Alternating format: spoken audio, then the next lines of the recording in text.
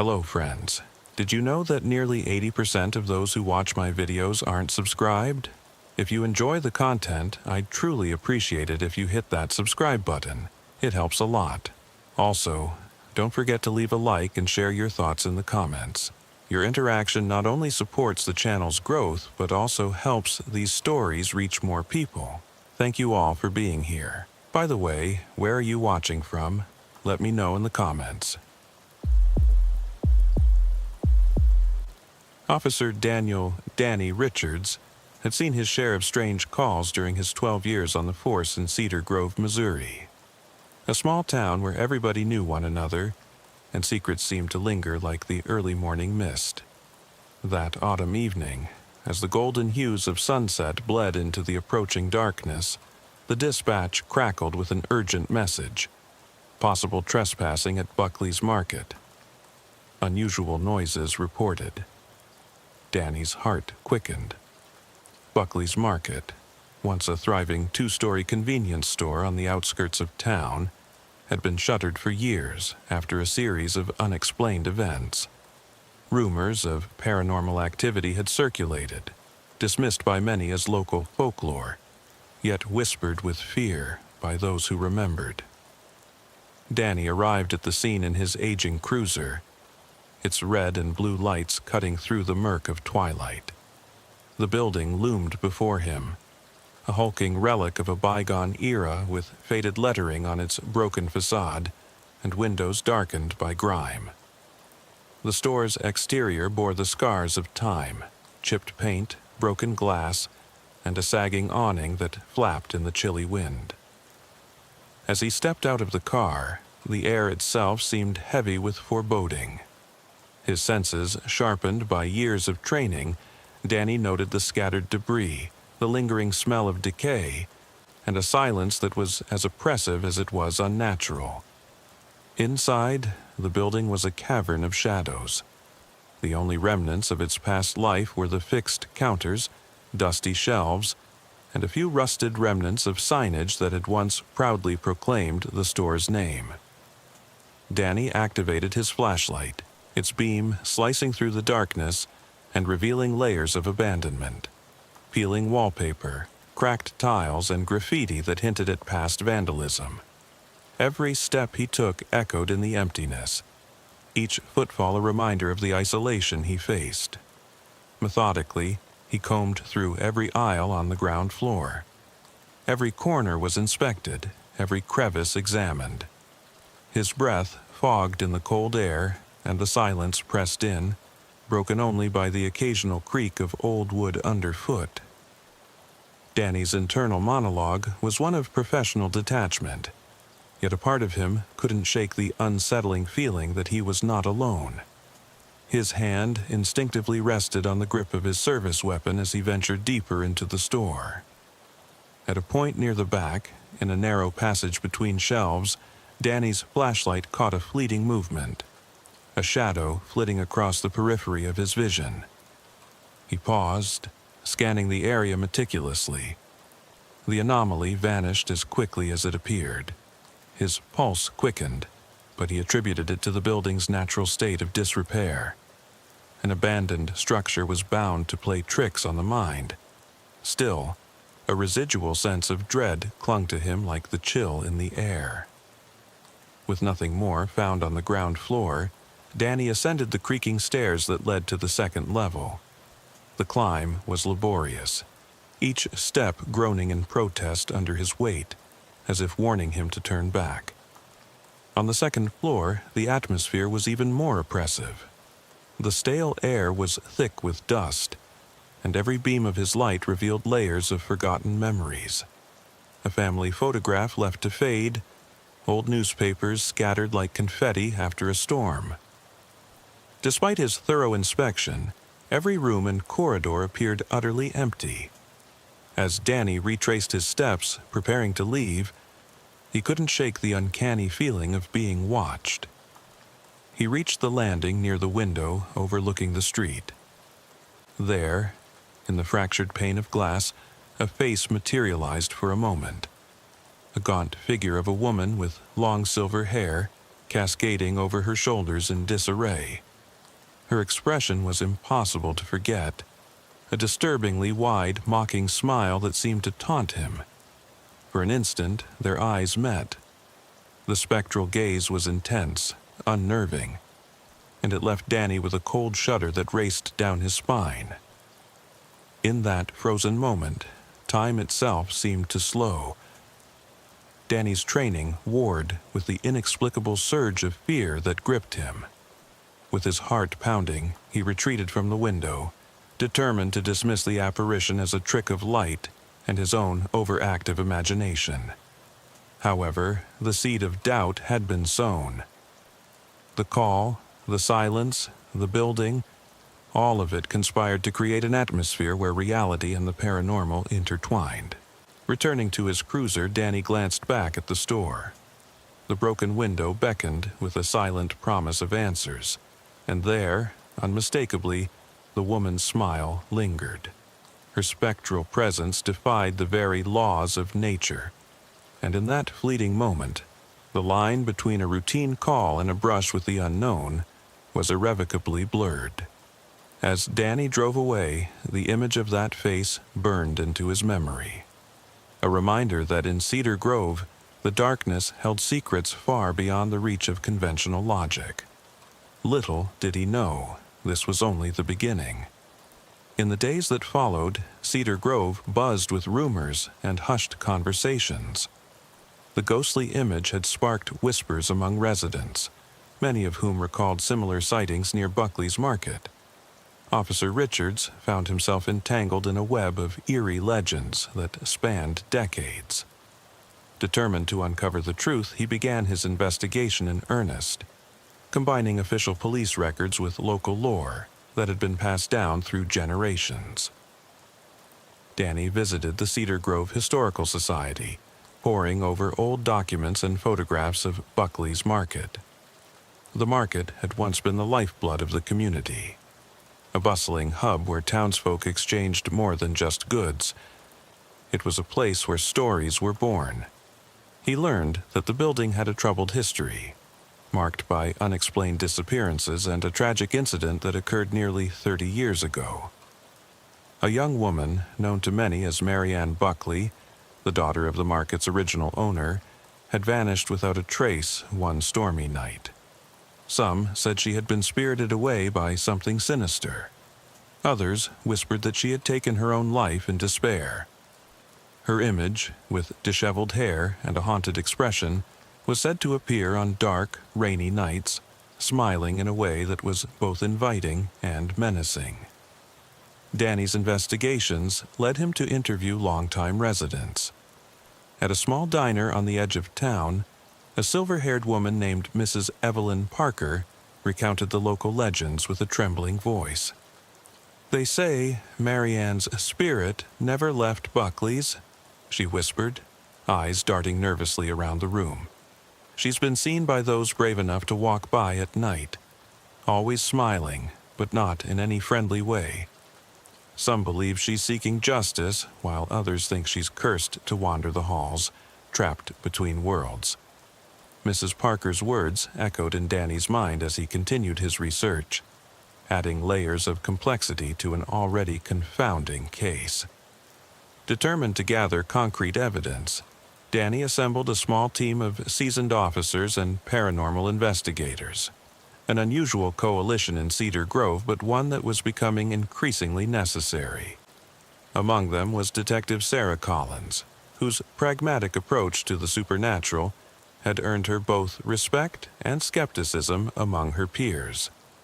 With state-of-the-art equipment and a willingness to confront the unknown, the team prepared for an overnight stakeout at Buckley's Market.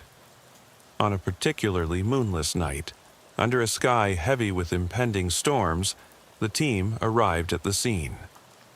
Danny led the group through the abandoned corridors of the market, each step measured and deliberate. The building seemed to breathe with an eerie life of its own, every creak and rustle amplifying the tension in the air.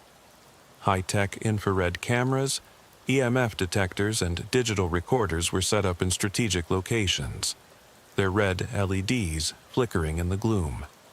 Hours passed with nothing more than the hum of electronic devices and the occasional distant whisper of wind against shattered windows.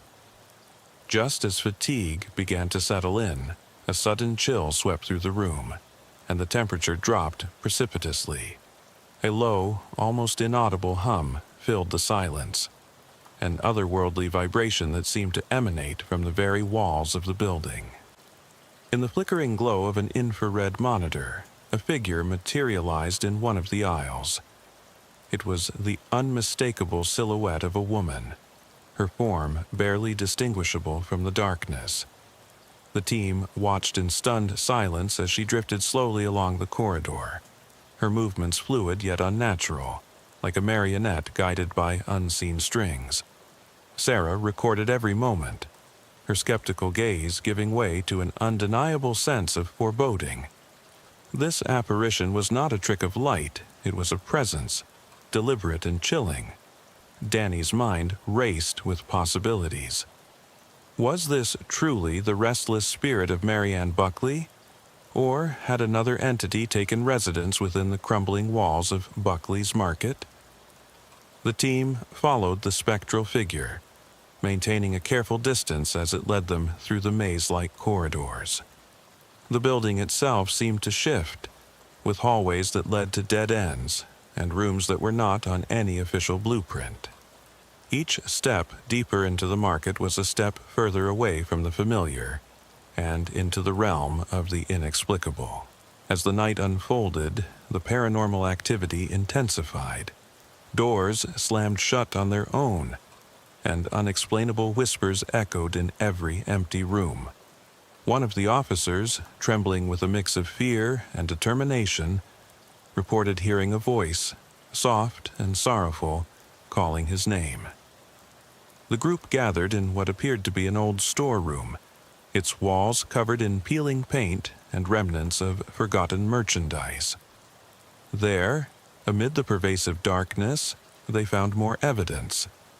A faded photograph of Marianne Buckley, her eyes brimming with a sorrow that transcended time, and a diary containing cryptic entries about despair, abandonment, and an insatiable hunger for retribution. Every piece of evidence added a new layer to the mystery.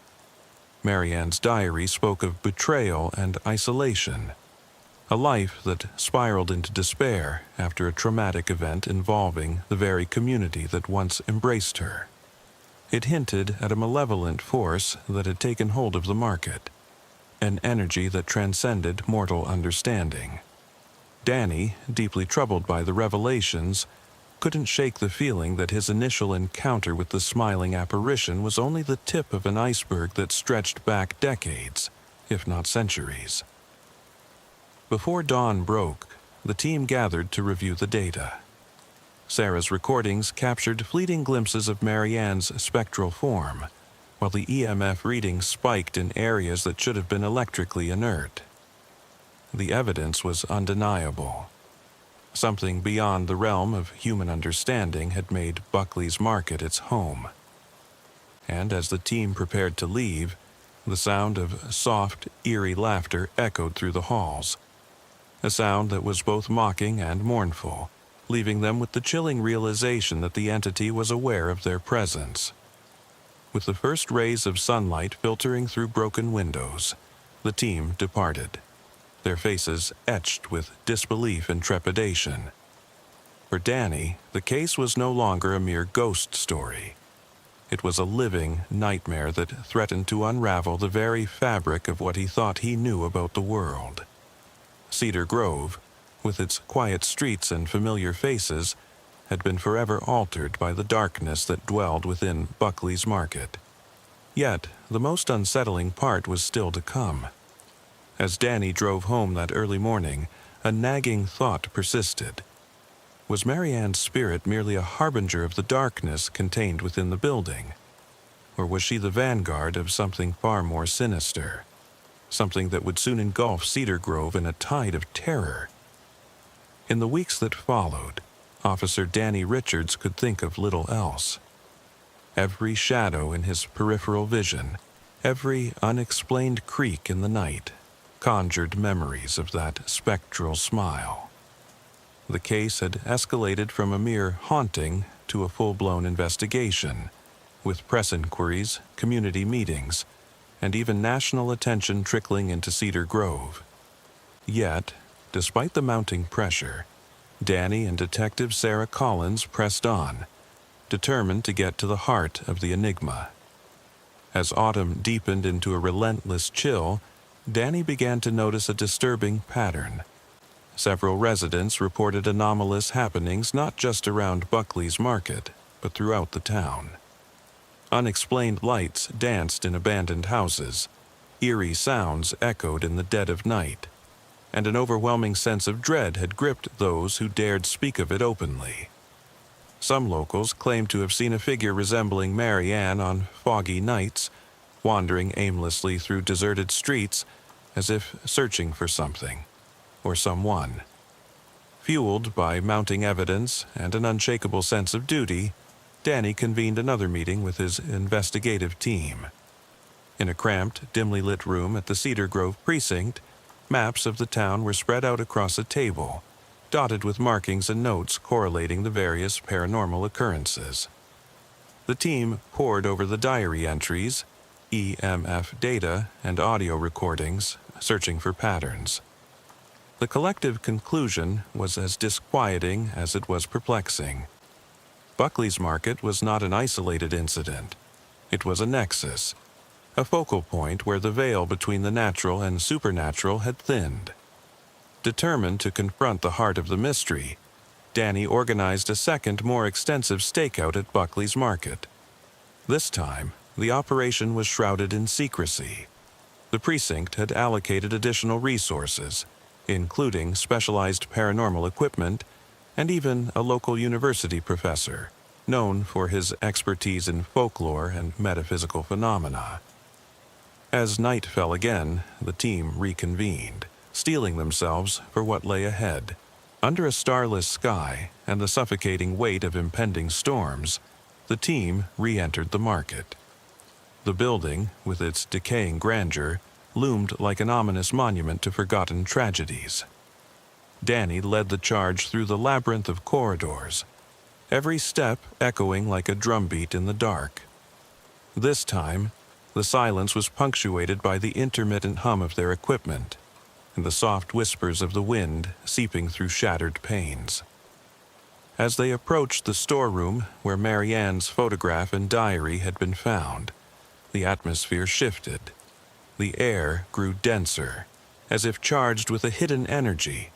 The infrared cameras, now calibrated to a finer sensitivity, began to display flickering images of shapes and shadows that defied conventional explanation. Danny's heart pounded in his ears as he noted the readings, a surge of energy that coincided with a low, rhythmic sound emanating from deep within the building. It was as though the market itself were alive, pulsing with a dark heartbeat. In the midst of this tension, Sarah's voice broke the silence. "Officer Richards, look at this." On one of the screens, a faint ethereal form began to materialize, a translucent figure drifting slowly across the frame. It was Mary Ann, unmistakable in her sorrowful beauty, her eyes reflecting a deep, inexplicable anguish. But what was most unsettling was the change in her demeanor. Gone was the mocking smile. Instead, her expression was one of profound desperation, as if she were pleading for release from an eternal torment. As the team documented every moment, the building seemed to come alive with a cacophony of supernatural activity. The EMF detectors spiked erratically, and a series of guttural sounds reverberated through the empty corridors. Danny felt as if invisible hands were brushing against him, each chill-inducing touch a reminder that they were trespassing in a realm where the living and the dead intertwined. In one instance, a heavy gust of wind extinguished several flashlights simultaneously, plunging a section of the hallway into an almost impenetrable darkness. When the lights flickered back on, the team found that fresh, unexplained handprints, smudged and ghostly, had appeared on the wall. desperation and determination waged a silent war within Danny. He knew that uncovering the truth could unravel long-hidden secrets about Cedar Grove's past. A past that might explain not only Mary Ann's fate, but also a series of unexplainable events that had plagued the town for decades. He recalled the cryptic diary entries, bitter notes about betrayal, isolation, and an overwhelming sense of foreboding that permeated every page. The entries hinted at an ancient presence, a force that had made its home in the market long before anyone could remember. Had this force ensnared Mary Ann, twisting her spirit into something both pitiable and terrifying? Or was she, in fact, a conduit, an unwilling messenger between realms? The investigation took a darker turn when one of the younger officers, barely out of the academy, vanished momentarily in a narrow corridor. A frantic search ensued, culminating in the discovery of a single item, a tarnished silver locket, engraved with initials that matched those in Mary Ann's diary. The locket, as if imbued with an otherworldly energy, seemed to pulse in the officer's trembling hand. This small, incongruous object became a symbol, a tangible link between the past and the present, between a lost soul and the dark force that now haunted Buckley's market. Hours passed in a harrowing blend of terror and wonder. Every creak, every whisper, and every flicker of the infrared monitor deepened the mystery.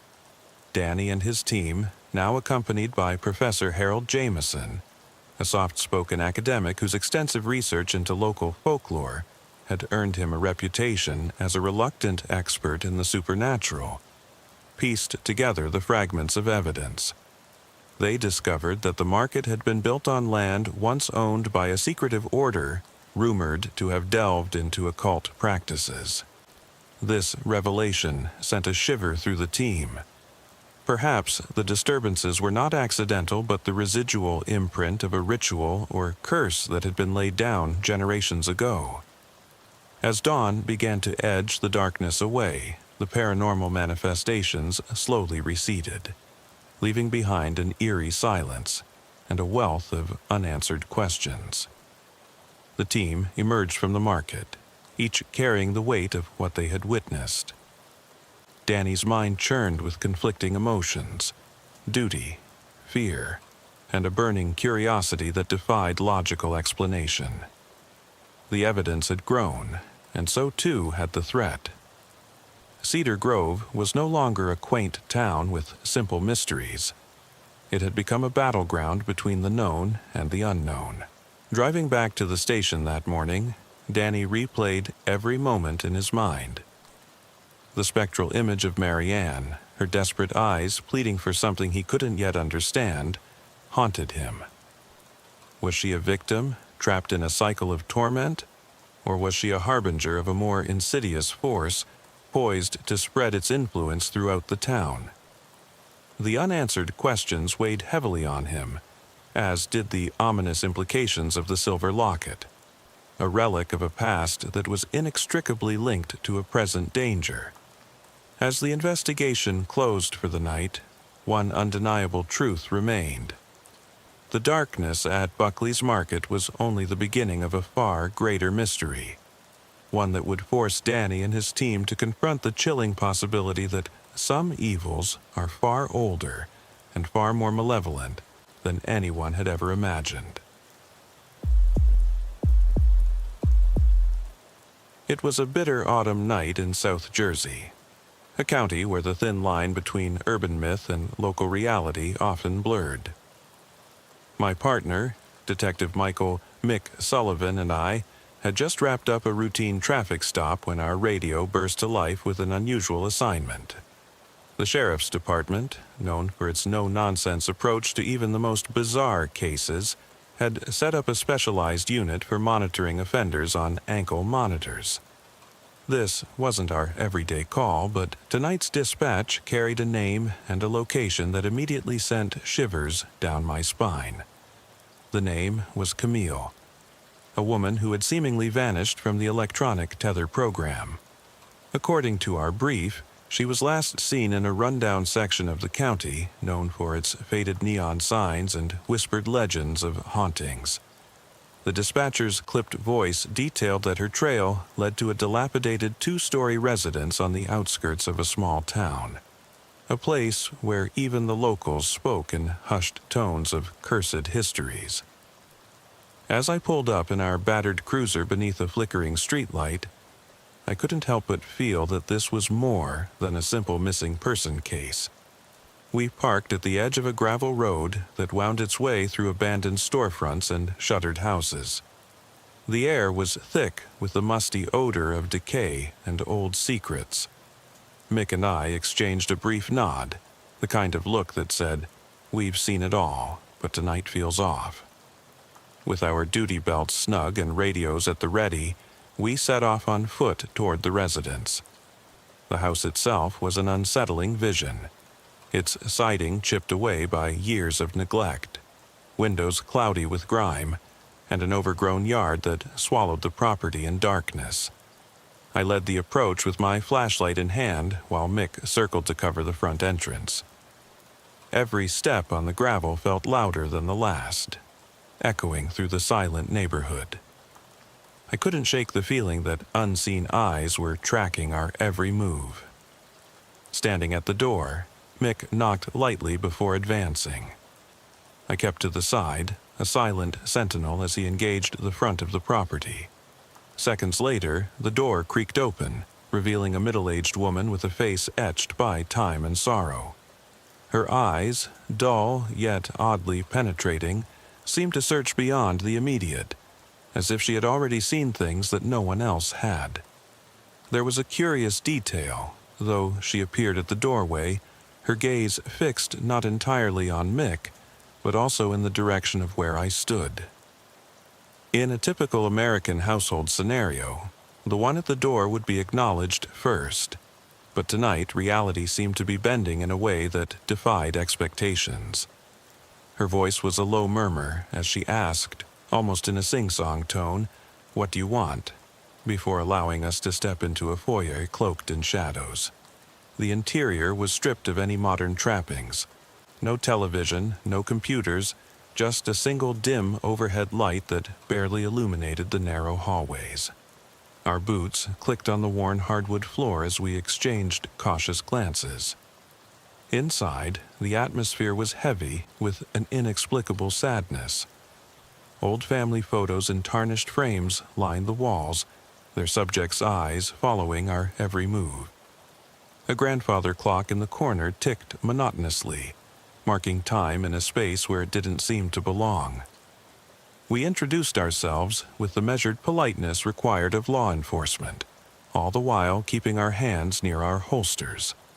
The woman's eyes, filled with an inscrutable mixture of fear and resignation, darted between us as she hesitated before speaking further. When we mentioned the name Camille, her expression flickered with a disturbing mix of recognition and dread.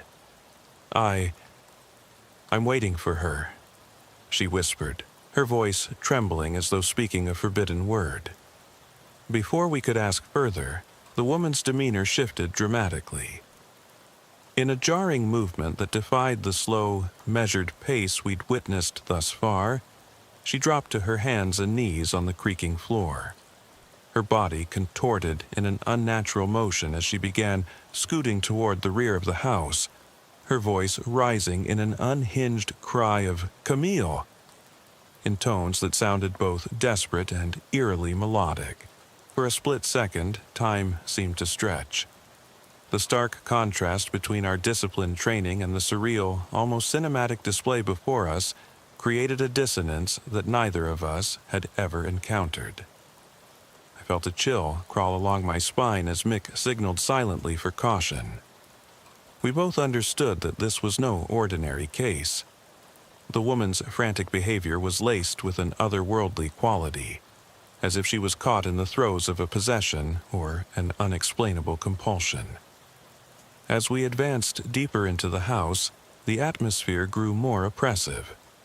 Each step into the dimly lit hallways brought with it an unsettling awareness, an almost tangible presence that lurked just beyond the edge of perception.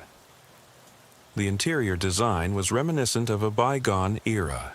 Ornate woodwork now dulled by neglect, faded wallpaper that hinted at long-lost grandeur, and a persistent draft that seemed to whisper secrets of the past. There was no visible sign of modernity, as though the house had deliberately been locked in time, resisting the intrusion of the outside world. The first phase of our search was methodical. We checked the ground floor room by room, documenting any sign of Camille or clues about her disappearance.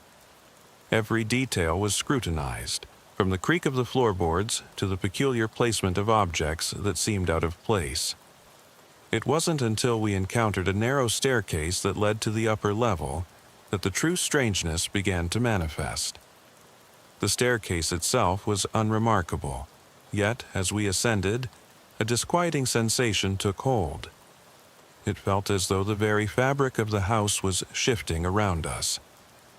At one point, as I exited a small study filled with dusty ledgers and faded maps of the county, I paused in the corridor and realized I wasn't sure which direction I had come from.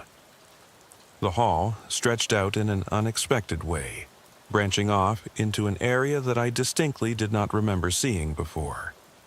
Mick's distant footsteps behind me seemed to echo from a place that was no longer aligned with the map of the house that our initial inspection had suggested. My heart pounded in my ears, and a cold sweat broke out across my skin as I tried to reorient myself. The woman's intermittent cries for Camille continued from deeper within the house, growing in both volume and desperation. It was as if the walls themselves were absorbing her anguish and amplifying it into something almost tangible. Each time I tried to piece together the layout of the home, the architecture seemed to twist and distort, a maddening labyrinth that defied the laws of physics and common sense. For a brief moment, I wondered if the house was somehow alive, morphing in response to our presence. Back on the ground floor, Mick and I regrouped in a small parlor that seemed untouched by time. A threadbare sofa, an old mahogany coffee table, and a set of antique chairs formed a circle around a small fireplace that, despite its age, retained a ghostly warmth. In that charged silence, we exchanged theories in hushed tones. Was this a case of severe mental illness? Or was something far more inexplicable at work here? A phenomenon that defied rational explanation and bridged the gap between the physical and the spectral. By the time we decided to investigate further, the woman had retreated to the far end of the house, her faint silhouette barely visible through a door partially concealed by heavy drapes. Our radio communications remained eerily silent as we proceeded with extreme caution, aware that any sudden movement could provoke an unpredictable reaction from either our disturbed informant or the house itself.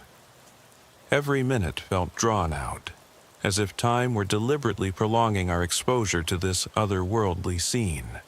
So the dispatch log would later confirm that our on-site presence lasted barely 20 minutes. Yet, in those disjointed moments, the experience stretched on interminably, as if the house had twisted time to suit its own enigmatic purposes. With every unexplained turn and every distorted corridor, our sense of reality unraveled further, leaving us with more questions than answers. As the call of duty eventually forced us to retreat, a lingering dread followed us out the door. A dread that hinted this was only the beginning of something far darker than a routine missing person case. Leaving the front door of that cursed house, the crisp autumn air did little to dispel the oppressive aura that clung to us like a shroud. As we climbed back into the cruiser, the memories of what we had just witnessed swirled in our minds, a mix of professional detachment and personal unease that we struggled to reconcile. Mick's normally stoic face was creased with worry and disbelief, and I found myself silently replaying every distorted hallway, every inexplicable shift in the building's layout. We drove slowly back toward the station. the radio crackling with routine chatter that felt incongruous with the events of the evening. The streets of South Jersey, lined with old brick buildings and neon signs that hinted at a more glamorous past, now seemed like a thin veneer over a world of unspeakable anomalies. As we pulled up near our precinct, I couldn't shake the feeling that we had been marked by something beyond the ordinary, a spectral imprint left by the house and its deranged inhabitant. At the station, while debriefing our supervisor, I found that my technical report was riddled with discrepancies. The dispatch log noted our presence as a mere 20 minutes, yet my own internal clock had registered what felt like an eternity. I recounted the strange phenomenon of room-to-room transitions, the unaccountable time slip that left me disoriented, and the woman's unnerving persistence in calling for Camille. My voice trembled as I explained how the interior of the house had defied all rational expectations, shifting like a labyrinth built on twisted memories and ghostly whispers. My supervisor, a seasoned veteran who had seen his share of bizarre cases, maintained a skeptical yet concerned expression. "You're telling me the layout of the house changed on you?" he asked, leaning forward with furrowed brows. "We've had reports of derelict buildings and minor mental breakdowns before, but nothing like this. Nothing that even remotely resembles a case of real-world hauntings." His tone was measured, but his eyes betrayed a hint of fear. The following days were a blur of investigative routine and sleepless nights. Mick and I pored over old case files, hoping to find any precedent for the strange events we had witnessed. We combed through archives of local legends, folklore, and even newspaper clippings detailing inexplicable occurrences in the county. Every lead led us to more questions. Was Camille a mere caretaker with a troubled mind, or was she something else entirely? A spectral guardian, perhaps, trapped between worlds. The more we probed, the deeper the mystery grew. During one particularly restless night, I found myself revisiting the area where the house stood, its silhouette now a dark blot against the inky sky. The neighborhood was cloaked in silence, and every so often, the distant wail of a siren or the murmur of an unseen conversation punctuated the quiet. I couldn't help but feel drawn back to that house, the one place where the normal rules of reality had been so thoroughly subverted. I recalled a fragment of conversation with a local resident who had once mentioned that the house had a notorious history. Some whispered that it was built on cursed ground, while others spoke of previous owners who had vanished without a trace. One story, in particular, had stuck with me, a tale of a family that had once lived there, only to be consumed by inexplicable tragedies and spectral sightings that had driven them to madness. Although these accounts were dismissed by many as mere superstition, the raw, unsettling experience we'd encountered lent them an eerie credibility. One fog-laden evening, I decided to return to the house alone, compelled by a need to uncover its hidden truths. Disguised in my worn leather jacket and armed with a digital recorder and a notebook, I approached the property with the cautious determination of a seasoned detective. The overgrown yard, with its tangled vines and scattered leaves, seemed to guard the entrance like sentinels from another realm. Every rustle of the wind sounded like whispers of long-forgotten voices, urging me to look deeper. Inside, the house was as I remembered. Dim corridors, unyielding silence, and that single stubborn light that defied the darkness. I retraced our steps from the previous night, noting every detail in an attempt to piece together a coherent picture of the place. As I moved from one room to the next, I began to notice subtle changes. The patterns on the wallpaper seemed to shift imperceptibly, and the faint sound of a piano, a tune I couldn't quite place, echoed from distant corners. At times, I felt an inexplicable presence that seemed to linger just behind me, as if the house itself were alive and watching. I set up my recorder in what appeared to be the main living room, determined to capture any anomalous sounds that might betray the true nature of this haunted residence. Hours passed in an oppressive silence until, around midnight, the recorder picked up a series of soft murmurs. I listened intently, heart pounding in time with the distant rhythmic ticking of the grandfather clock. The murmurs grew louder and began to take on a pattern, a cadence that resembled someone reciting a prayer or a chant in a language I couldn't identify. The sensation of time slipping away was unmistakable. I lost track of the minutes, each one bleeding into the next as if the fabric of reality were being subtly unraveled. Shadows lengthened and twisted in ways that defied logic, and every creak of the old floorboards resonated like a ghostly heartbeat. Then came a moment that shattered all reason, a sudden, sharp burst of static on the recorder, accompanied by what sounded like the frantic voice of a woman, crying, pleading, and then abruptly silenced. I bolted from the room, adrenaline surging through me. The corridors, once familiar from my previous visit, now appeared to have shifted, their angles and dimensions altered in a way that rendered my internal map useless. I called out, "Camille!" in the hope that the sound of a human voice might dispel the mounting dread. For an agonizing few seconds, all was silent except for the echo of my own words. Then, in the distance, a faint response drifted through the darkness, so soft it might have been imagined. My rational mind urged caution, but something deeper, primal, urged me to push forward into the labyrinthine depths of the house. Back at the precinct the next morning, I reviewed the recording. The digital file was marred by static, but beneath the noise I could discern snippets of a plea, a desperate invocation of a name that sent chills down my spine. Camille, help, Camille. I wasn't sure if it was the woman we had encountered or something else entirely. The questions multiplied, and the case file began to resemble a mosaic of broken memories, half-truths and paranormal whispers.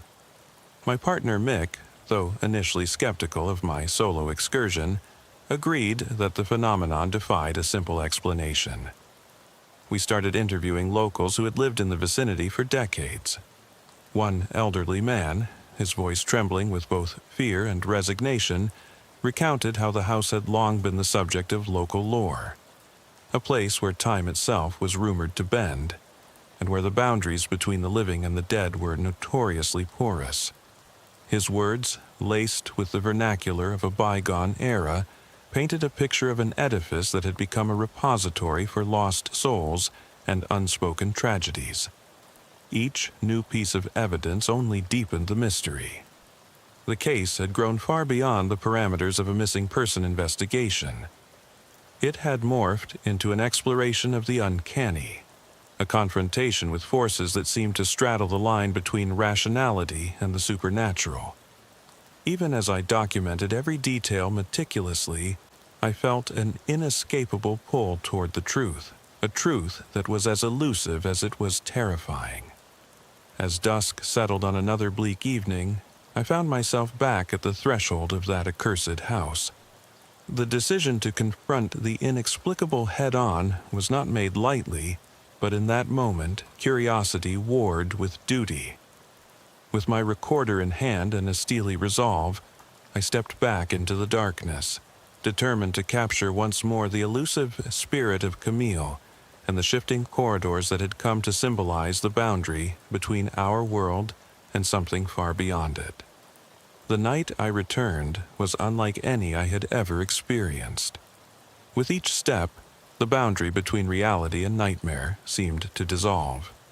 The corridor outside greeted me like an endless tunnel, its walls pulsating with faint light and shadows that danced in irregular patterns. I felt as if the house were a living, breathing organism, each heartbeat of its ancient structure echoing the secrets of a long-forgotten past. Inside, the house was steeped in eerie silence, punctuated only by the occasional groan of settling wood. I advanced with deliberate caution, retracing the route Mick and I had taken the previous night. Yet it wasn't long before I realized that nothing was as it seemed. The familiar layout had betrayed me. Hallways bifurcated into corridors I'd never seen before, and rooms that once exuded a mundane melancholy now appeared to be warped pockets of distorted time and space. I paused in front of an ornate mirror in what seemed to be a forgotten parlor. The mirror's surface, though dusty and smudged with age, revealed a reflection that wasn't entirely my own. For a split second, as I studied my face under the dim light, I noticed the faint outline of another figure behind me. A woman, her expression desperate and haunted. When I spun around, the parlor was empty, save for the stagnant air and the soft hum of something I couldn't quite identify. My heart hammered as I wondered if my mind was playing tricks on me, or if the house was indeed allowing brief glimpses into another plane of existence. Determined to document every anomaly, I continued onward, my recorder clutched tightly in my hand. I entered a narrow hallway that appeared to stretch on infinitely. The floor beneath my feet was littered with remnants of old newspapers and faded photographs, each snippet hinting at tragedies and strange occurrences that had once been part of the local folklore. A small plaque affixed to the wall bore an inscription in elegant script, a date, a name, and a brief epitaph that spoke of loss and an unfulfilled promise. The language was archaic, and as I read the plaque aloud, the words seemed to resonate with a strange energy, as though unlocking a memory embedded in the very foundation of the house. Time itself became an unreliable companion. Minutes melded into hours. The distinction between past and present blurred as I wandered deeper into the labyrinth. I encountered a room that was set up like an old study, complete with a massive oak desk piled high with yellowed documents, a rusted typewriter, and a portrait of a stern-looking man in faded military uniform. As I carefully flipped through the documents, I discovered references to a series of unsolved disappearances and bizarre occurrences spanning decades. It was as if the house had been a silent witness to a succession of tragedies, each recorded in meticulous detail by those who had once tried and failed to understand the inexplicable. My exploration led me to a narrow staircase at the end of the study, a staircase that spiraled upward in a fashion that defied conventional architectural logic. As I ascended, each step creaked under my weight, and the air grew colder with every passing moment. The upper levels of the house were shrouded in darkness, illuminated only by a single, sputtering bulb that hung from the ceiling like a dying ember. In the corridor, I noticed something that made my skin crawl. The walls were adorned with old family portraits whose eyes seemed to follow my every move. Their expressions were etched with sorrow and accusation, as if they bore witness to countless untold stories of torment and regret. At the end of the corridor, a door stood closed, its surface marred by layers of peeling paint. I hesitated before pushing it open. Inside was an attic, a space that looked like it had been frozen in time for decades. Dust motes danced in the thin beam of light that penetrated through a small, grimy window, revealing rows of forgotten relics, antique trunks, broken toys, and a scattering of personal belongings that hinted at lives abruptly interrupted. In one corner of the attic, a large mirror leaned against a wall. Its reflective surface clouded by age, I could swear that for a fleeting moment, I saw the reflection of a young girl standing behind me, her eyes filled with silent sorrow. When I whirled around, there was nothing but the oppressive stillness of the attic. Every sensory detail, the chill in the air, the persistent creaks, the whispering echoes, seemed designed to unsettle and disorient me. The recorder continued to capture strange sounds. A soft lullaby hummed in an unknown key, the distant echo of footsteps that were not my own, and intermittent garbled voices that blended into a mournful symphony of despair. I couldn't shake the feeling that I was trespassing on a boundary not meant for the living, that every step I took was a step deeper into a realm where time and reason had lost all meaning. In the midst of my investigation, I discovered a small leather-bound journal tucked behind an old trunk. Its pages were filled with scrawled notes and cryptic entries, references to time slipping, voices from beyond, and a guardian named Camille that sent a jolt of recognition through my mind. The entries were dated decades apart, yet the recurring themes were unmistakably connected to the night I had witnessed the woman's frantic search. The journal painted a picture of a house that was not only a physical structure, but also a repository of unresolved pain and spectral secrets. I spent what felt like hours poring over the journal's contents, trying to decipher its cryptic clues. Each entry led me further down a rabbit hole of interconnected tragedies, linking the house to local legends of a woman who had once been both caretaker and victim, a figure whose existence had become enshrouded in myth and sorrow. The deeper I delved, the more I began to question the nature of reality itself. Had I crossed a threshold into a dimension where the past and present coexisted, where the boundaries between life and death were irreparably blurred?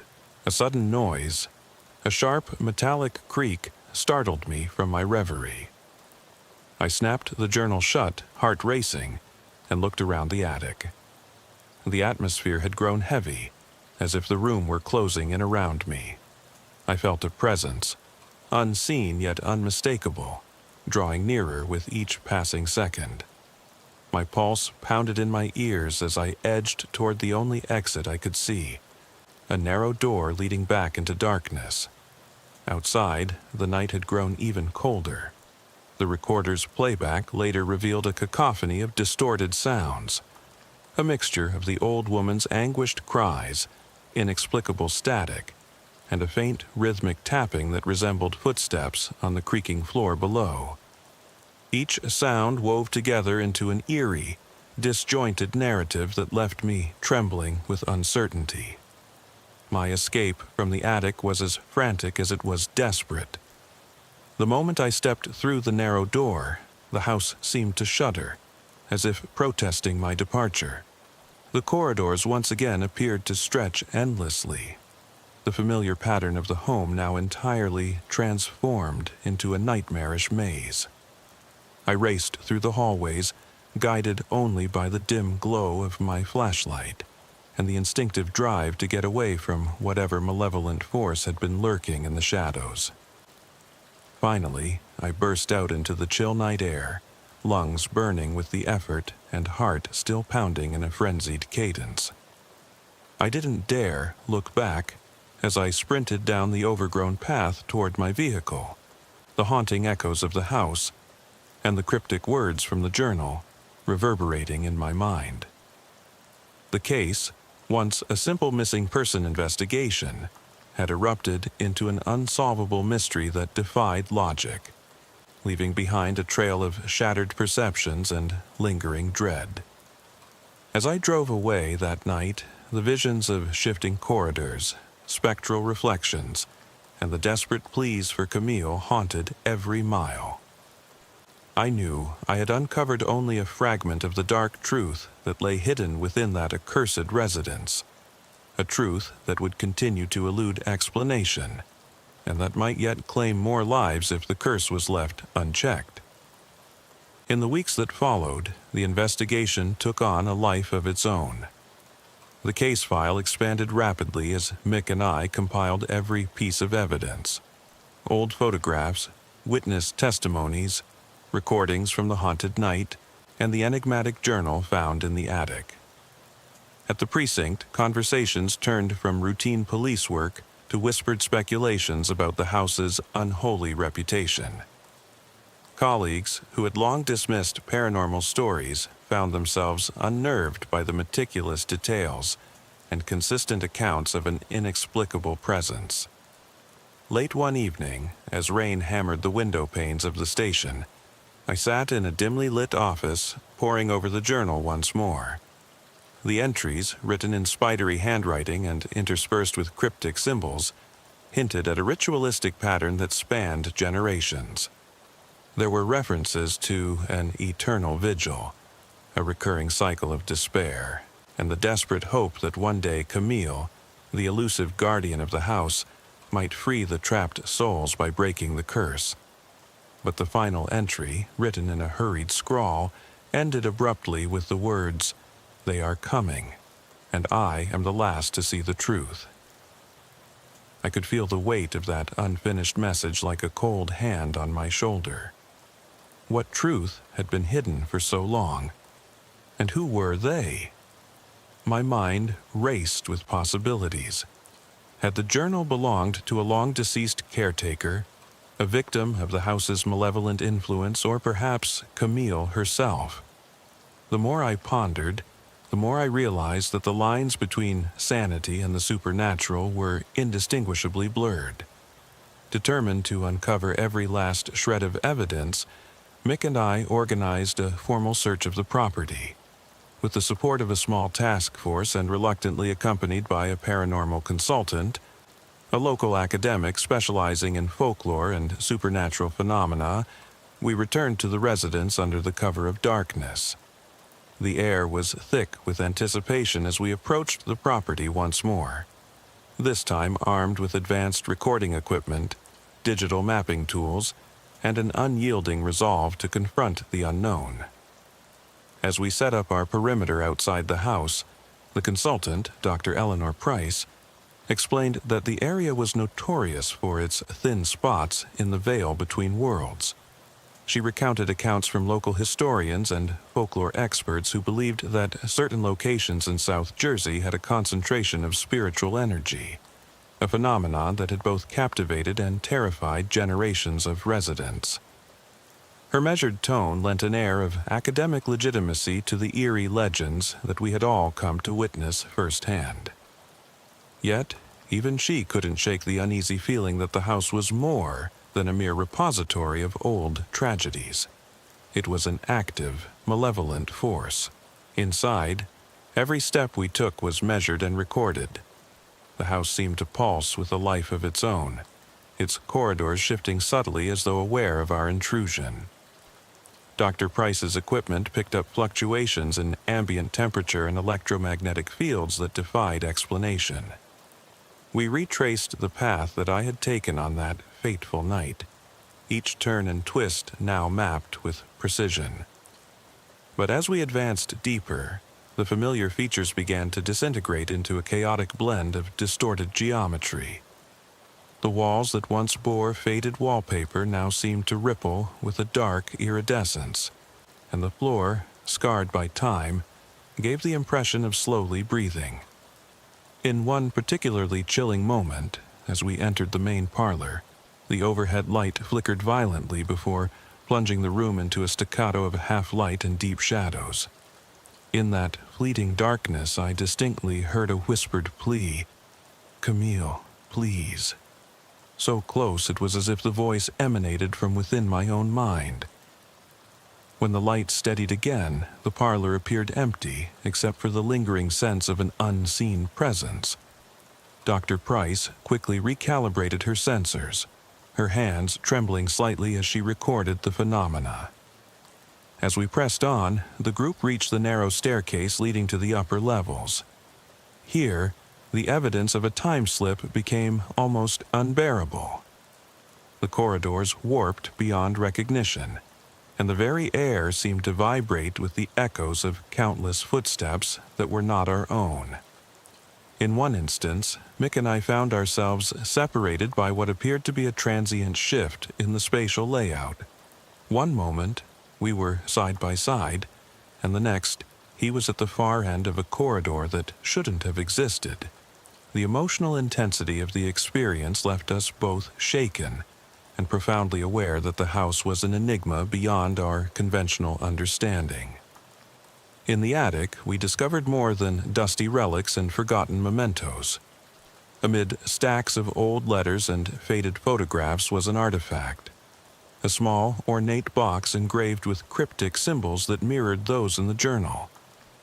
Dr. Price's eyes widened as she examined it, her voice a hushed whisper. "This is a containment vessel. Or perhaps a key." The box exuded a palpable energy, and when I touched its cool surface, a jolt of emotion surged through me. A blend of grief, anger, and an almost hypnotic sadness that seemed to tie directly into the legacy of the house. It was here that the final, unresolved piece of the puzzle presented itself. As the storm outside intensified, a deafening clap of thunder shook the building. The lights flickered one last time before plunging the attic into a disorienting darkness. In that void, I heard a series of fragmented voices, overlapping whispers that spoke of promises broken, of souls trapped in an endless cycle, and of a final reckoning that was yet to come. The voices were intermingled with the sound of hurried footsteps, and then, abruptly, silence. We reassembled quickly, minds racing to process what we had witnessed. The artifact, the journal, and the inexplicable auditory phenomena painted a picture of a malevolent force that had existed long before any of us had set foot in South Jersey. A force that now seemed intent on breaking free of its self-imposed prison. Despite the wealth of evidence, the case defied any neat conclusion. Camille's identity, her role as a spectral guardian, and the true nature of the shifting corridors remained shrouded in mystery. Leaving the house that night, each of us was burdened with the unspoken realization that some doors, once opened, could never be closed. The police reports would later note an anomalous incident, a case of a missing person turned paranormal investigation. But to those of us who had experienced the horrors firsthand, it was clear that the true horror lay not in what we had found, but in what still lingered. The curse of that haunted residence was not confined to its walls. It had seeped into the very fabric of our understanding, challenging our notions of time, reality, and fate. Back at the station, as I reviewed the collected evidence, I found myself staring at the final journal entry over and over. "They are coming, and I am the last to see the truth." Those words echoed in my mind as I tried to decipher their meaning. Who were they? And what truth had been so devastating that it left the writer with the knowledge of an inevitable reckoning? I could not shake the feeling that our investigation was only the beginning, a prologue to an unfolding nightmare that might one day engulf not just the cursed house, but our entire community. In the days that followed, local rumors grew. Neighbors whispered about strange lights and ghostly apparitions near the old residence, and a sense of foreboding settled over the town like an unwelcome fog. While the official case file remained closed with no definitive answers, those who had experienced the inexplicable events knew that the nightmare was far from over. Even as I prepared my final report, a nagging question persisted. Was the house a portal to something beyond our realm, or merely a repository of human sorrow and spectral echoes? Late one night, as I sat alone in my office, the rain pelting against the window in a relentless rhythm, I received a call on a burner phone. A call that would forever alter the boundaries of my reality. The voice on the other end was distorted, as if filtered through decades of static and regret. "You've seen only a fraction," it murmured, barely audible beneath the crackling interference. "The truth lies beneath the surface, and soon they will come." The line went dead before I could ask a single question. I stared at the phone, the words echoing in the silence of the station, and realized that the unresolved mystery of Camille, the shifting corridors, and the cursed house was far from contained.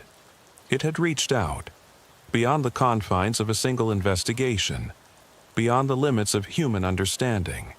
And as the darkness outside deepened, I couldn't help but wonder if the night held more secrets than the light would ever dare reveal.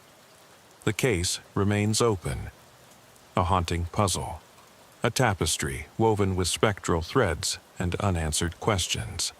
And somewhere, in the lingering shadows of South Jersey, the ghostly echoes of Camille's desperate cries and the house's malevolent pulse continue to whisper a promise that the truth, no matter how horrifying, can never be silenced. I grew up in the deep, slow rhythms of rural Georgia, a land where the red clay roads and sprawling peach orchards whispered stories of simpler times. The summers were long and humid, the winters bitterly short, and throughout it all, the people carried an unspoken connection to the land and its secrets. My family often gathered around the porch in the evenings, sharing legends passed down through generations. Yet, nothing in our quiet lives ever prepared us for the chilling case that would forever alter our understanding of what lurks in the shadows. My cousin, Robert Bob McAllister, was one of those men molded by the unyielding spirit of the South. Fresh out of the academy, he had joined the local police force with bright-eyed optimism and an earnest determination to serve his community. Bob was not a hero in the grand sense, just a good, hard-working, blue-collar officer whose unwavering commitment to justice was known throughout the small town. With 5 years on the force under his belt, he had seen his share of petty crimes, family disputes, and even a few grim homicides. Yet nothing in his past could have primed him for the terror he would soon confront.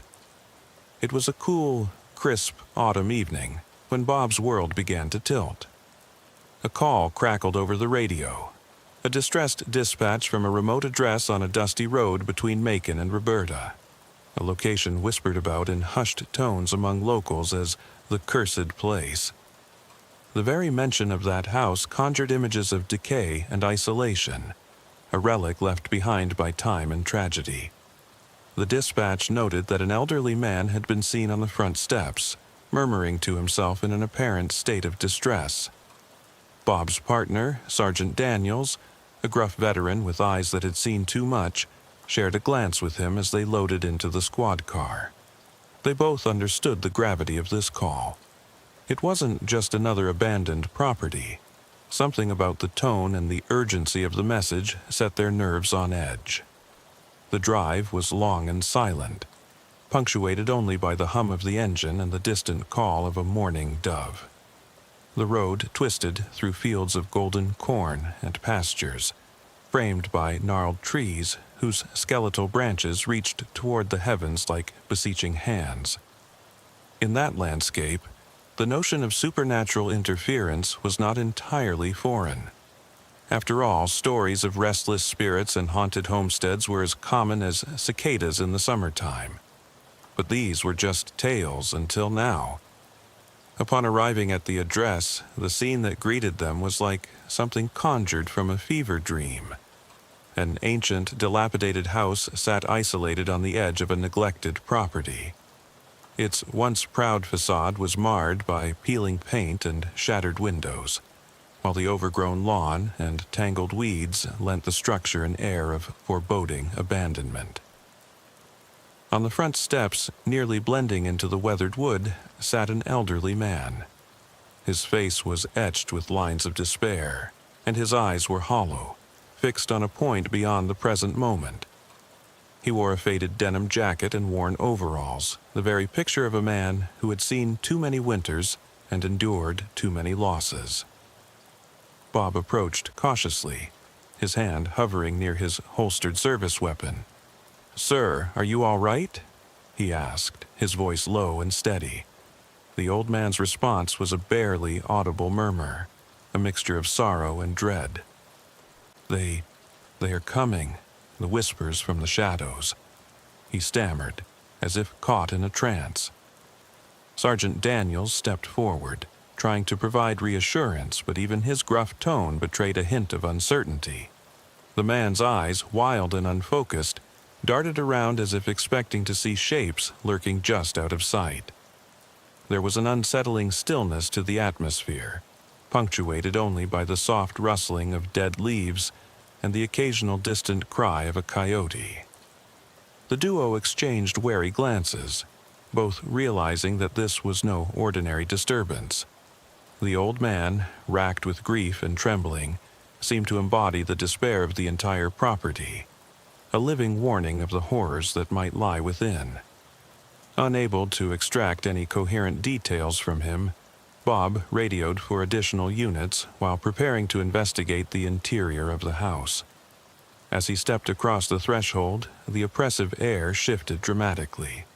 The foyer was a relic of a bygone era, a once grand entrance now choked by the neglect of decades. Dust motes danced in the thin shafts of moonlight that penetrated through broken windows, and every step echoed on creaking wooden floors. There was an inexplicable chill that clung to the air, as though the very walls whispered secrets of past sins. In the dim light, Bob could almost make out faint markings on the wallpaper, an unintelligible scrawl that might have been graffiti or perhaps the work of a desperate soul. Each room he passed through told a story of decline. The living room lay in disarray, with battered furniture strewn about, as if abandoned in haste. In the kitchen, rusty cookware towered precariously on countertops, while the once sterile table was now a chaotic jumble of spoiled food and broken dishes. And throughout it all, there was an underlying presence, a sense that something malevolent had lingered long after the residents had departed. Amid the decay, Bob noticed fleeting, almost imperceptible glimmers of light dancing in corners, as if tiny specters were trying to communicate. The phenomenon was fleeting, yet it set his instincts on high alert. This was not merely a case of neglect. It was something far more sinister, something that defied the boundaries of human comprehension. He called out, his voice echoing in the vast emptiness, "Is anyone here?" The sound of his own voice seemed to dissolve into the gloom. In response, a soft, almost imperceptible murmur began to build, like the hushed voices of lost souls communicating in an ancient tongue. The sound was layered and complex, at times resembling whispers of comfort, and at other moments guttural cries of agony. Bob's heart pounded in his chest, but he pressed forward, determined to uncover the truth behind the bizarre phenomena. Back outside, the elderly man continued his silent vigil on the steps. His eyes flickered with moments of recognition whenever Bob's shadow passed by, as though he was caught between the realms of the living and the dead. In that moment, nothing was as it seemed. Each sound, each movement, a potential clue to a larger, inexplicable mystery. Bob's mind raced with possibilities. Was the house haunted by the specters of its tragic past, or was there a more earthly explanation behind the eerie phenomena? With the echoes of the old man's cryptic words still resonating in his ears, Bob braced himself for the descent into a darkness that would challenge every notion of reality he had ever held. Little did he know, this was only the beginning of a journey that would peel back the layers of both human tragedy and paranormal horror. As the night deepened and the winds began to howl like grieving souls, the stage was set for an investigation that would not only test Bob's resolve, but also force him to confront the unexplainable. A confrontation that would leave scars on his heart and questions that might never find answers. As the echo of Bob's footsteps faded into the decaying corridors of the forsaken house, the air seemed to thicken with a malevolent energy. Every creak of the wooden floor and every whisper of the wind outside became a portent of the horrors that lay in wait. With his weapon drawn and his senses heightened, Bob began to traverse the labyrinthine interior, a sprawling maze of dust-choked hallways, forgotten rooms, and unexpected pockets of darkness that defied the natural order. The initial examination of the ground floor revealed nothing overtly sinister. However, An unsettling pattern emerged in the way the household had been abandoned. It was as if the occupants had fled in a desperate scramble to hide not only their lives, but something far more dreadful. In the living room, remnants of a once warm family space lay scattered. A child's toy half buried beneath layers of grime. A faded family portrait with eyes that seemed to follow Bob's every move, and a clock that had long since ceased to tick. The oppressive silence was punctuated by sporadic sounds. A dripping tap here, a distant thud there, which hinted at a reality beyond the physical decay. Bob methodically began his sweep of the premises, his flashlight slicing through the darkness to reveal the horrors that lurked behind every door. In the dining area, he noted an odd juxtaposition. The table was set for a meal that had never been eaten, complete with silverware tarnished by time and plates with unidentifiable stains. It was as though the house itself had paused in time, caught in the midst of an unfinished ritual. The deeper Bob delved, the more he felt the cold tendrils of despair wrap around him. It was not merely the neglect of years past, it was an atmosphere of sorrow and regret, layered with an inexplicable dread that gnawed at his resolve. On the second floor, the decay grew even more pronounced. Corridors stretched out in uneven lines, with doorways leading to vacant rooms that whispered secrets of lost lives. In one such room, Bob discovered a faded diary tucked behind a dilapidated dresser. The pages, yellowed with age, chronicled the lives of the former inhabitants, a couple whose descent into despair had been as gradual as it was tragic. The entries spoke of a mounting sense of isolation, of voices that began to speak in the dead of night, and of an ever-present chill that crept into their bones. There were mentions of strange figures seen in the periphery, of inexplicable knocks at the door when no one was home, and of dreams so vivid they blurred the line between memory and hallucination. Bob's hands trembled as he read, each word reinforcing the notion that the house had been a crucible of unspeakable terror long before it fell into disrepair. As he proceeded deeper into the labyrinth, Bob encountered a narrow hallway that led to the master bedroom, a room that, even in its ruin, exuded a regal melancholy. The heavy drapes were torn and tattered, and the once opulent furnishings lay scattered like the remnants of a forgotten life. In the center of the room stood an imposing four-poster bed, its canopy now a draped veil of shadows. As Bob stepped closer, he felt a sudden chill that seemed to seep from the very fabric of the room. A soft, almost imperceptible humming began to fill the space, a melody that was both familiar and haunting. It was as if the walls themselves were mourning, their whispers carrying the echoes of laughter and love that had long since vanished. In a moment of quiet reflection, Bob paused and allowed his mind to wander back to the call that had brought him here. The elderly man's desperate mutterings about whispers from the shadows and the cold that isn't natural echoed in his thoughts. The diary's contents, the eerie remnants of a life once lived in hope and despair, and the inexplicable phenomena he had witnessed, all of it pointed toward a supernatural force that seemed to have taken root within these walls. As he scanned the room with a practiced eye, Bob began to notice subtle signs of an otherworldly presence. In one corner, a mirror lay cracked but intact, its surface reflecting not only the decaying room, but also fleeting glimpses of figures that vanished when he turned to look directly at them. It was as if the mirror served as a portal, a gateway between the tangible world and a realm of forgotten souls. Outside the master bedroom, the sound of the wind intensified, carrying with it a chorus of voices, soft, overlapping murmurs that spoke in hushed tones. Bob's heart raced as he pressed forward, determined to find the source. He opened door after door, each room revealing fragments of a once vibrant life now reduced to spectral echoes. In a cramped storage room, he found a collection of old photographs. Each image was a snapshot of happier times. A family gathered for a picnic, a couple dancing in a sunlit living room, children playing in a yard that now lay barren. The contrast between the warmth of the past and the cold horror of the present was jarring, evoking an overwhelming sense of loss and foreboding.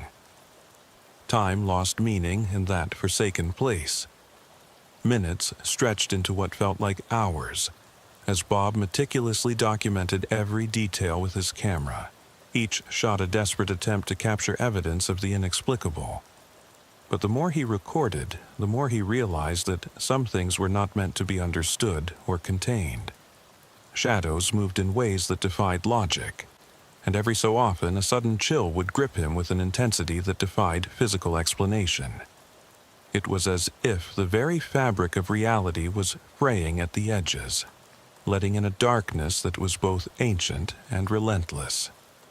At one point, while retracing his steps to the main hall, Bob's flashlight flickered and dimmed. In that brief moment of darkness, he felt a presence behind him. A whisper so cold and insistent that it seemed to brush against his very soul. Spinning around, he found nothing but the oppressive silence of the corridor. Yet the sensation lingered, a reminder that he was not alone, that unseen eyes were watching his every move. The feeling of being scrutinized grew stronger as he proceeded, and with each step the spectral whispers evolved into what could only be described as voices of despair, lamenting and accusing in equal measure. Outside, the relentless wind carried with it a promise of the approaching storm, a tempest that mirrored the inner turmoil of the house. Bob's mind teetered on the edge of rationality and dread. Every piece of evidence he gathered painted a picture of not just a haunted dwelling, but of a locus where the realms of the living and the dead converged.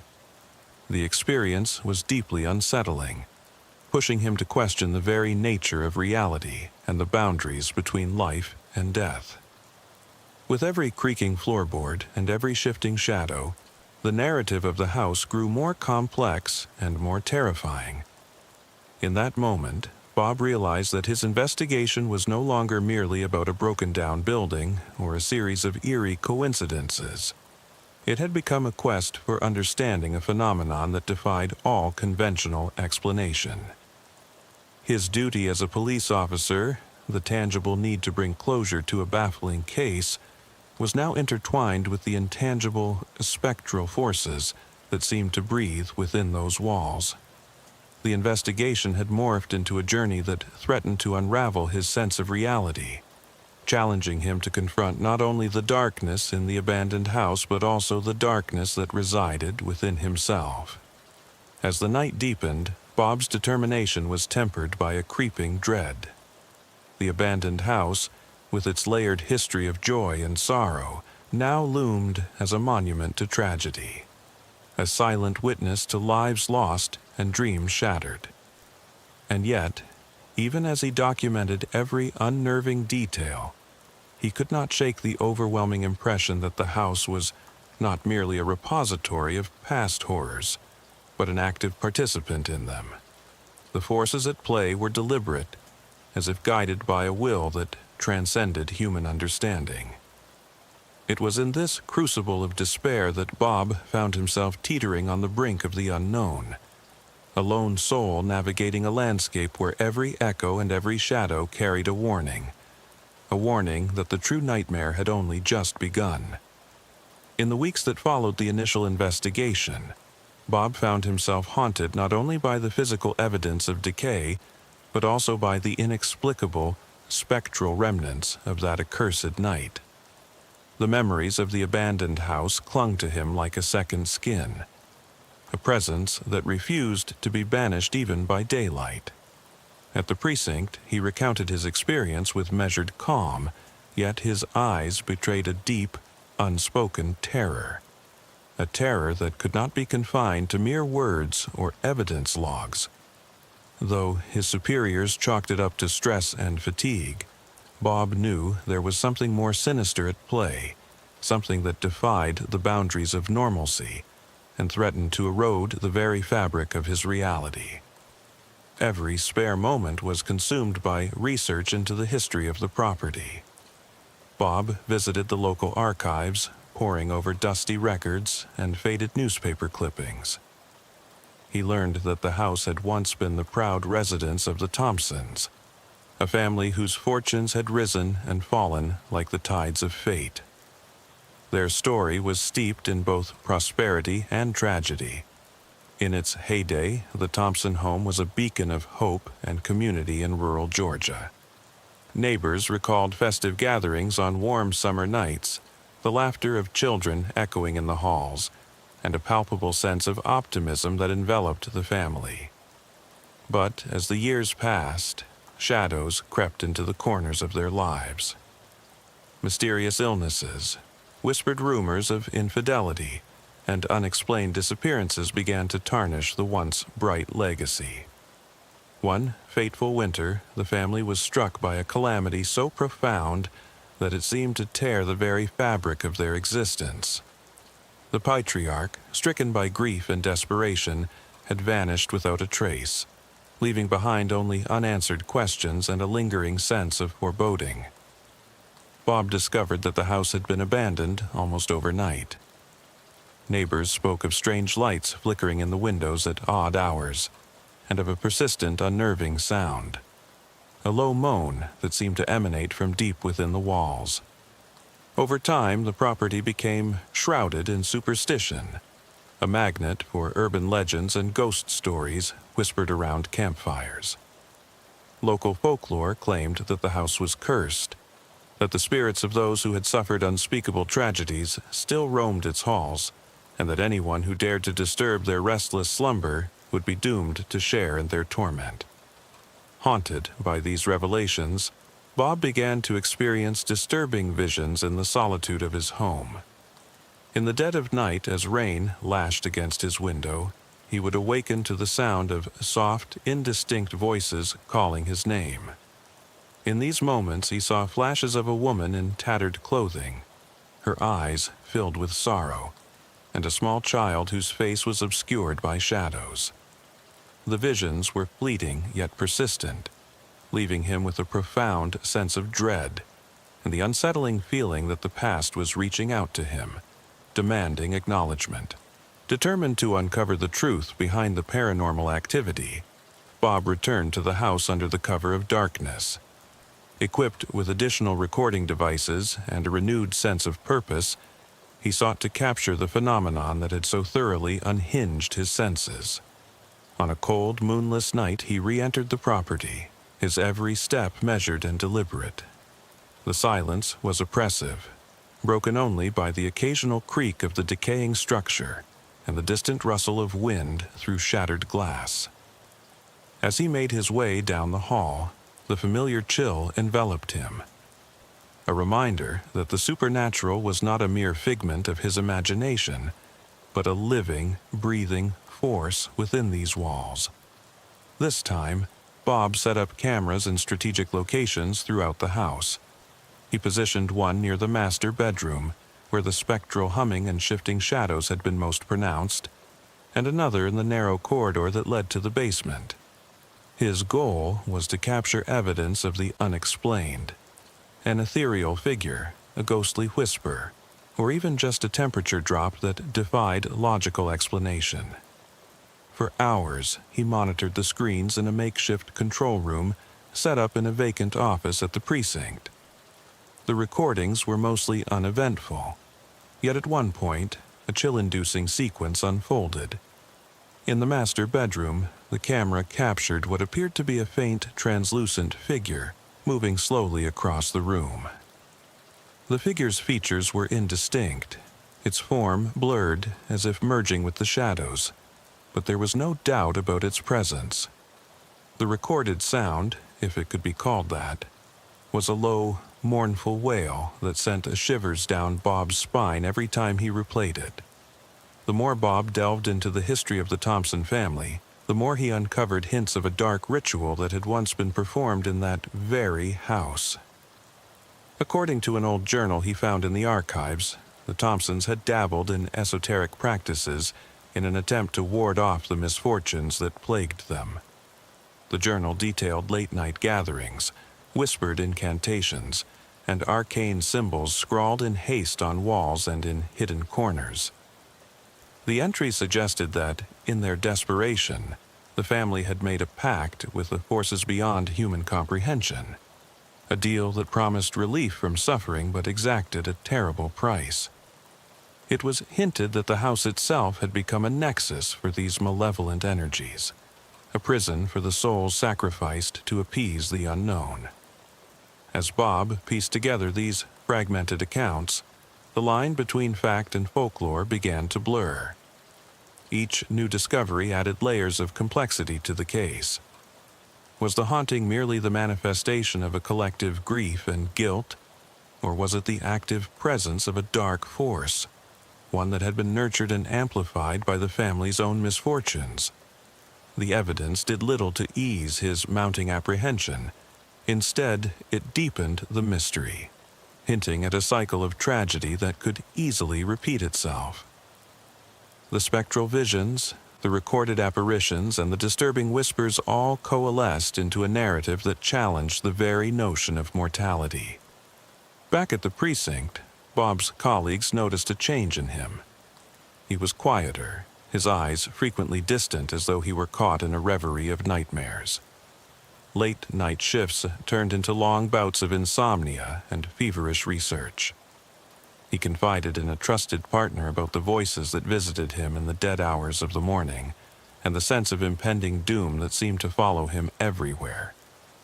His partner tried to reassure him that stress could manifest in terrifying ways, but Bob knew deep down that what he was experiencing was beyond mere psychological strain. The supernatural nature of the events defied easy explanation. One particularly stormy night, as rain hammered the city with relentless fury, Bob experienced what he could only describe as a full-blown encounter with the paranormal. In the middle of the night, he awoke to the sound of footsteps in his apartment, a place that had always been a sanctuary from the chaos of the world. Heart pounding, he crept toward the source of the noise, only to find an inexplicable cold spot near his bedroom window. In the pale light of his bedside lamp, he saw, for just a fleeting moment, the spectral outline of a small child gazing back at him with eyes that were hollow and haunted. The image vanished as quickly as it had appeared, leaving Bob with an overwhelming sense of despair, and the knowledge that the house's grip on his life was far from over. The deeper Bob ventured into the echoes of the past, the more he realized that the case was entwined with a legacy of sorrow and inexplicable power, a legacy that had been imprinted into the very walls of the abandoned house. His investigation was no longer just about uncovering evidence for a police report. It had become a quest to understand a phenomenon that defied the laws of nature, a mystery that threatened to consume his sanity. With every revelation, the line between the living and the dead blurred further, until Bob found himself caught in a web of paranormal intrigue that seemed to have no end. As the days turned into weeks and the investigation deepened, Bob became a man divided, torn between his sworn duty to uphold the law and the gnawing compulsion to confront the unfathomable forces that had beset him. The once familiar routines of the police force now felt alien. Every call, every routine procedure, tinged with the lingering specter of that cursed house. His every step was haunted by the memories of that night, the visceral images of decaying corpses and the ghostly apparitions that had materialized in the darkness. Even as he attempted to resume his normal duties, an unshakable sense of foreboding clung to him like a second skin. In a desperate bid to reclaim some semblance of control, Bob began to document every detail of his encounters, notes, audio recordings, and sketches of the eerie phenomena he had witnessed. His apartment, once a sanctuary of solace, had transformed into a chaotic archive of a past that refused to fade. Stacks of newspaper clippings, photographs of the abandoned house, and fragments of the Thompson family's tragic history covered every available surface. Yet, with each new piece of evidence, the mystery only deepened. The more he uncovered about the Dark Pact, the more it seemed that the supernatural occurrences were not isolated incidents, but rather the inevitable consequence of a centuries-old bargain, a bargain that had bound the house to a relentless, vengeful force.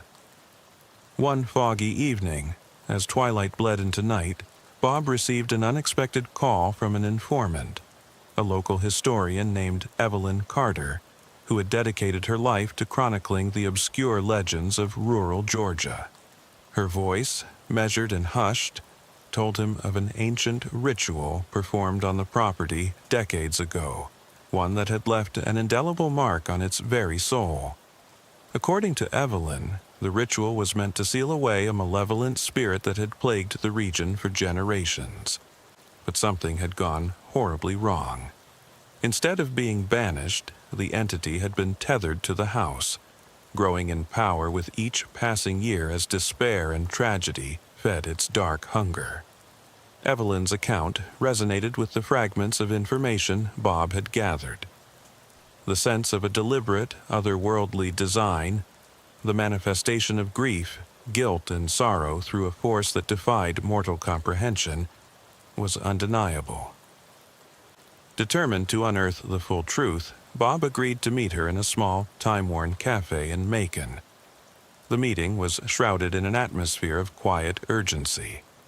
Over steaming cups of black coffee, Evelyn recounted tales passed down through local lore, whispered stories of ritualistic gatherings, of inexplicable phenomena witnessed by generations of locals, and of a curse that had turned a once thriving family into victims of an insidious fate. As the conversation progressed, Evelyn revealed a startling detail, a cryptic reference to a hidden chamber within the abandoned house, a secret room where the final stages of the ritual had been performed. According to the legend, the chamber was designed to contain the malevolent energy, but the ritual had been interrupted, leaving behind an unstable bond that now manifested in unearthly ways. This revelation sent a shiver down Bob's spine. If the chamber still existed, it could hold the key to understanding not only the tragic demise of the Thompson family, but also the terrifying force that haunted his every waking moment. That very night, armed with a renewed sense of purpose and accompanied by a small, trusted team from his department, Bob returned to the house for one final, daring exploration. The storm that had been gathering on the horizon finally broke, unleashing torrents of rain and howling winds that battered the decaying structure with relentless fury. Under the cover of the tempest, the team moved cautiously through the labyrinthine corridors, guided only by the flickering beams of flashlights and the omnipresent hum of dread. Every shadow seemed alive, every gust of wind a mournful sigh from the depths of a forgotten past. Their search led them to a concealed door behind a sagging bookshelf in what once had been the master library. The door, barely noticeable under layers of dust and neglect, was etched with strange symbols that glowed faintly in the dim light, symbols that evoked an unsettling mix of ancient ritual and modern despair.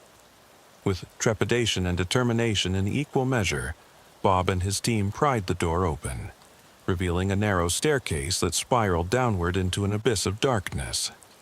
The air grew colder still, and the oppressive feeling of being watched intensified with every step. At the base of the staircase, they discovered a hidden chamber, a small, vaulted room that defied logical explanation. The chamber's walls were lined with cryptic inscriptions, and at its center stood a crude altar, upon which lay a collection of faded photographs, handwritten letters, and a tattered journal that recounted the final hours of the Thompson family. The artifacts were arranged in a manner that suggested a desperate attempt to appease an otherworldly force, a last, futile effort to reclaim what had been lost. As Bob carefully sifted through the remnants, he felt a surge of overwhelming sorrow and an inexplicable presence that made the hairs on his neck stand on end. The temperature in the chamber plummeted as a low, disembodied voice resonated from the shadows. It was not a voice of anger or malice, but one filled with anguish and eternal regret. Bob's heart hammered as he tried to decipher the words, the message coming through in fragmented, sorrowful syllables. The voice spoke of promises broken, of a covenant that had never been honored, and of a lingering curse that demanded retribution. In that moment, the boundaries between past and present, between the living and the dead, collapsed entirely. The chamber seemed to pulse with a dark energy, a heartbeat that synchronized with Bob's own trembling pulse. Desperate to understand the true nature of the entity that had haunted him for so long, Bob pieced together the clues left behind in the chamber. The evidence pointed to a tragedy that transcended time. A tragedy in which the desperate actions of a family, driven by the fear of impending doom, had inadvertently unleashed a force that now refused to rest. The unfinished ritual, the hidden chamber, and the spectral manifestations were all part of a tapestry, woven from threads of grief, guilt, and the insatiable hunger of a vengeful spirit. The malevolent force, it seemed, was not simply a remnant of the past, but a living, evolving entity that thrived on the despair of those who dared to seek its secrets. As the storm raged outside, Bob's team gathered every scrap of evidence they could find, their faces etched with a mixture of determination and dread. With the hidden chamber documented and the artifacts carefully sealed away as evidence, Bob realized that the investigation was far from over. The secrets of the house, the unfinished ritual, and the tragic legacy of the Thompson family all pointed toward a cycle of torment that might one day claim more lives if left unchallenged. In the final moments of that harrowing night, as the team prepared to leave the chamber, Bob paused before the altar. His eyes met the reflection of his own face in a cracked mirror, and for a fleeting second he saw behind his reflection the ghostly visage of a weeping child.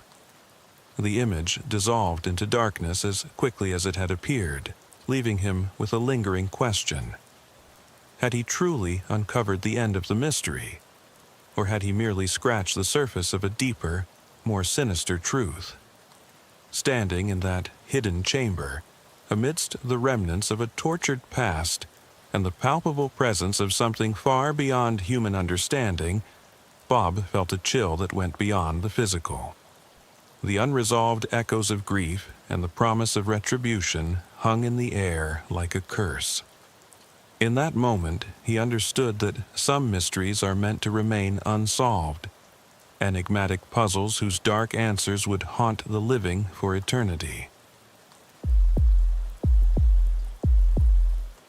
It was a late autumn night in Atlanta, a city of bright neon signs and deep-rooted history, when the radio crackled to life with an urgent dispatch.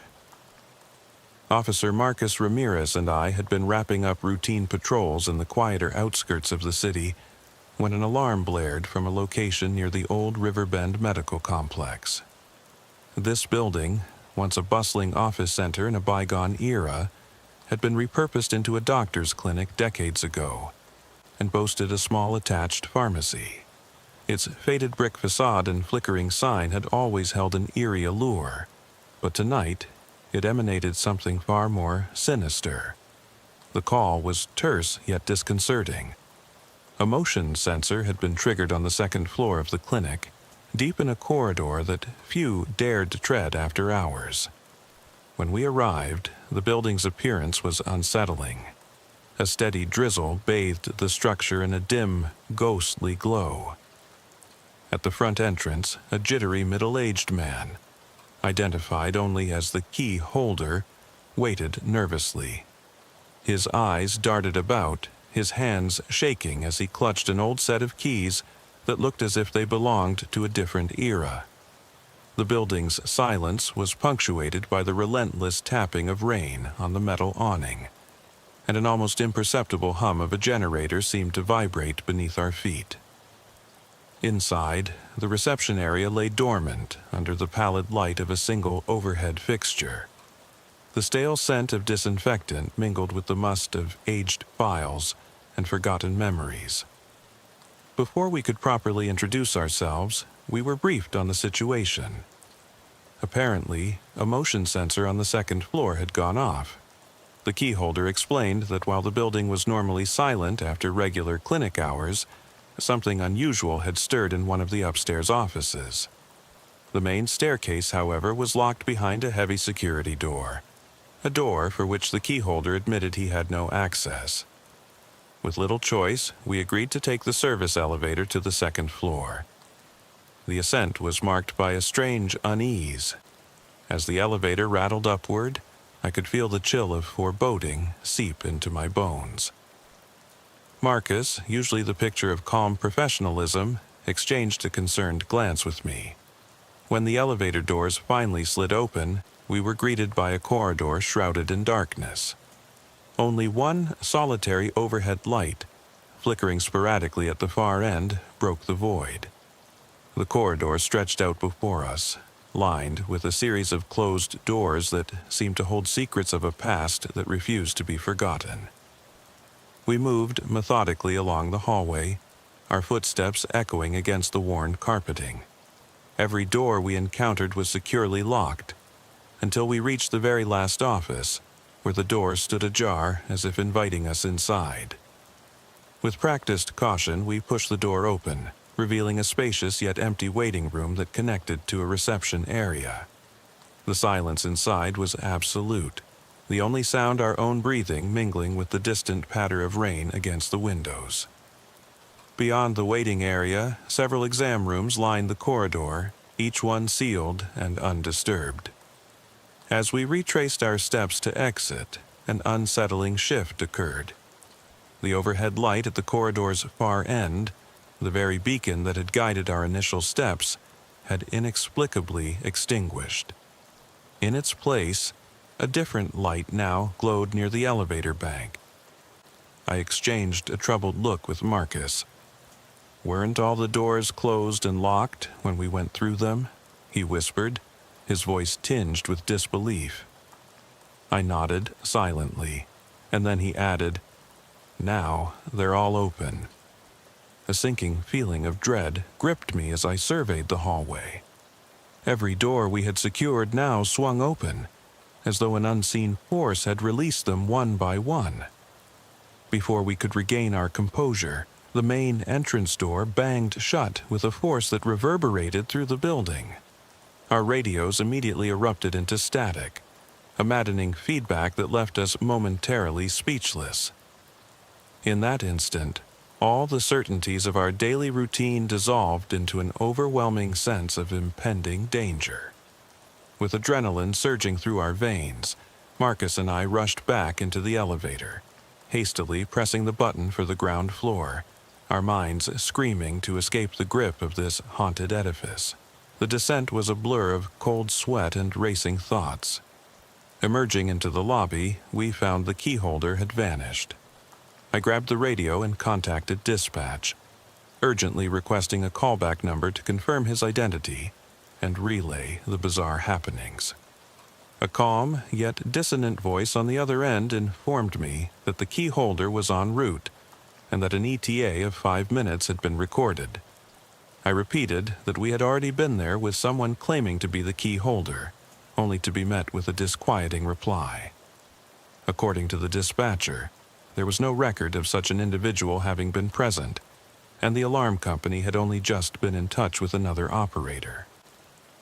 As the storm raged outside and the building's oppressive aura seemed to pulse with a malevolent life of its own, I couldn't shake the feeling that this was more than just a routine alarm call. It was as if the building itself was trying to communicate, a desperate plea from a past marred by sorrow and unresolved tragedy. The events of that night would mark the beginning of an investigation that would force us to confront the boundaries between the living and the dead, and challenge everything we thought we knew about duty, fear, and the supernatural. In the aftermath of that unnerving night, the investigation took on a momentum of its own. The following evening, under a waning crescent moon and a sky heavy with secrets, Marcus and I returned to the clinic. This time, we were not alone. We were met by Officer Evelyn Carter, a seasoned liaison with an encyclopedic knowledge of the building's troubled history. Her calm exterior belied a deep personal connection to the cases of the old parts of Atlanta, and her eyes flickered with a determination that made it clear she was ready to uncover the truth hidden in these walls. Evelyn's arrival brought with it a new perspective. Over steaming cups of weak coffee in the building's dusty break room, we pored over old blueprints, archived records, and faded newspaper clippings. The story that emerged was tragic and complex, a tale of ambition, despair, and a relentless pursuit of healing that had ended in catastrophe. At the heart of it was Dr. Henry Calloway, a once revered physician whose pioneering ideas had both challenged and inspired his peers. Dr. Calloway had been known not only for his radical approaches to medicine, integrating alternative therapies with conventional treatments, but also for the deep personal scars he carried. His final days were marked by isolation, erratic behavior, and a series of desperate notes hinting at a tormented soul desperate for escape. According to local lore and archived testimonies, Dr. Calloway's unraveling began after a series of personal tragedies. His wife had died in a mysterious car accident, leaving him a widower with a young daughter whose custody became the subject of bitter legal battles. His colleagues, unable to reconcile his innovative ideas with their established practices, began to regard him as an outlier, a brilliant mind teetering on the edge of madness. The whispers in the community grew louder with each passing day until, one fateful evening, Dr. Calloway was found dead at his secluded summer home. Official records stated it as a suicide, but many believed that his death was only the beginning of a haunting legacy. Evelyn showed us a collection of documents that painted a harrowing portrait of the man. There were personal journals filled with frantic scrawls, medical reports that bordered on the experimental, and several photographs capturing him in moments of profound despair. One entry in particular stood out. A note written on the back of a page, its ink smudged with tears, reading, "I hear voices in the silence, and in their whisper, I see my fate. They tell me to embrace the darkness, for only then can I find rest." The weight of those words hung in the air, a chilling echo that resonated with everything we had witnessed the night before. Armed with this background, we resumed our investigation in the very corridors where the paranormal events had first taken shape. This time, our approach was meticulous and systematic.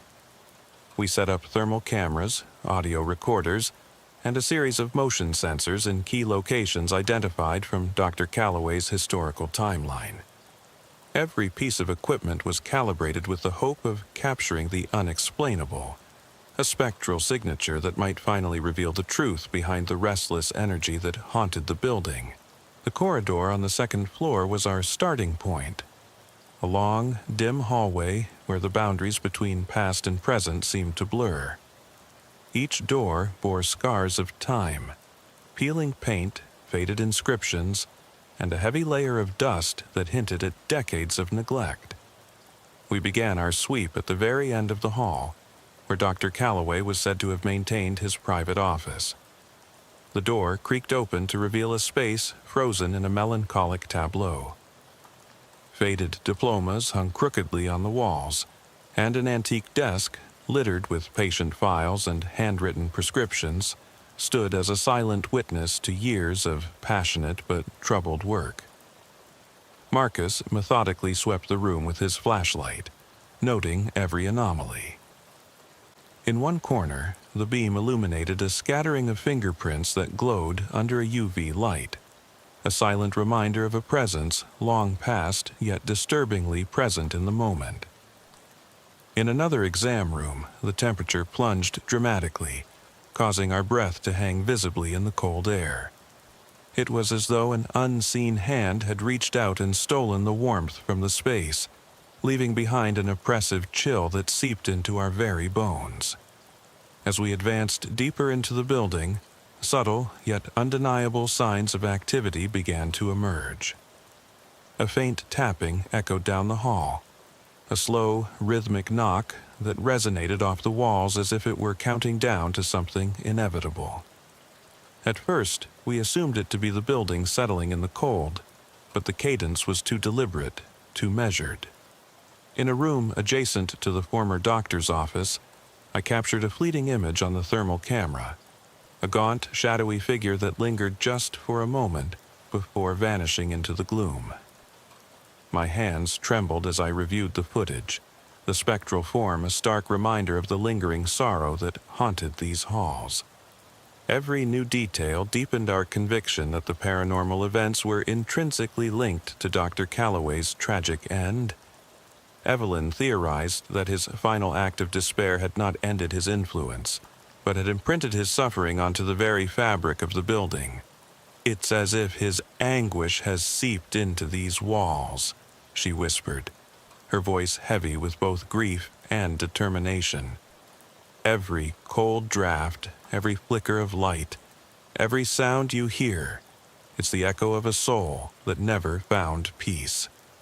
We spent hours combing through each room, collecting evidence, and mapping out the pattern of anomalies. One particularly chilling discovery came when we found an old, handwritten note tucked behind a filing cabinet in a narrow storage room. The note, scrawled in a hasty yet desperate hand, read, "I am trapped between the living and the dead. The darkness consumes all that I once knew." That single sentence resonated deeply with us. It was the final piece of a puzzle that was beginning to form a clear yet horrifying picture. Throughout the night, as the rain drummed relentlessly on the roof and lightning illuminated the stained glass of the broken windows, we began to experience moments that defied logical explanation. Marcus reported hearing faint whispers that seemed to speak his name, while I felt as though I were being watched by an unseen presence from every darkened corner. The building, once merely an abandoned relic, had transformed into a living archive of despair, a place where the boundaries between memory and reality were irrevocably blurred. By the time we reluctantly withdrew to regroup, our data had revealed a chilling pattern. The anomalies were strongest in the areas where Dr. Calloway had spent his final hours, rooms that now pulsed with a tangible aura of sorrow and regret.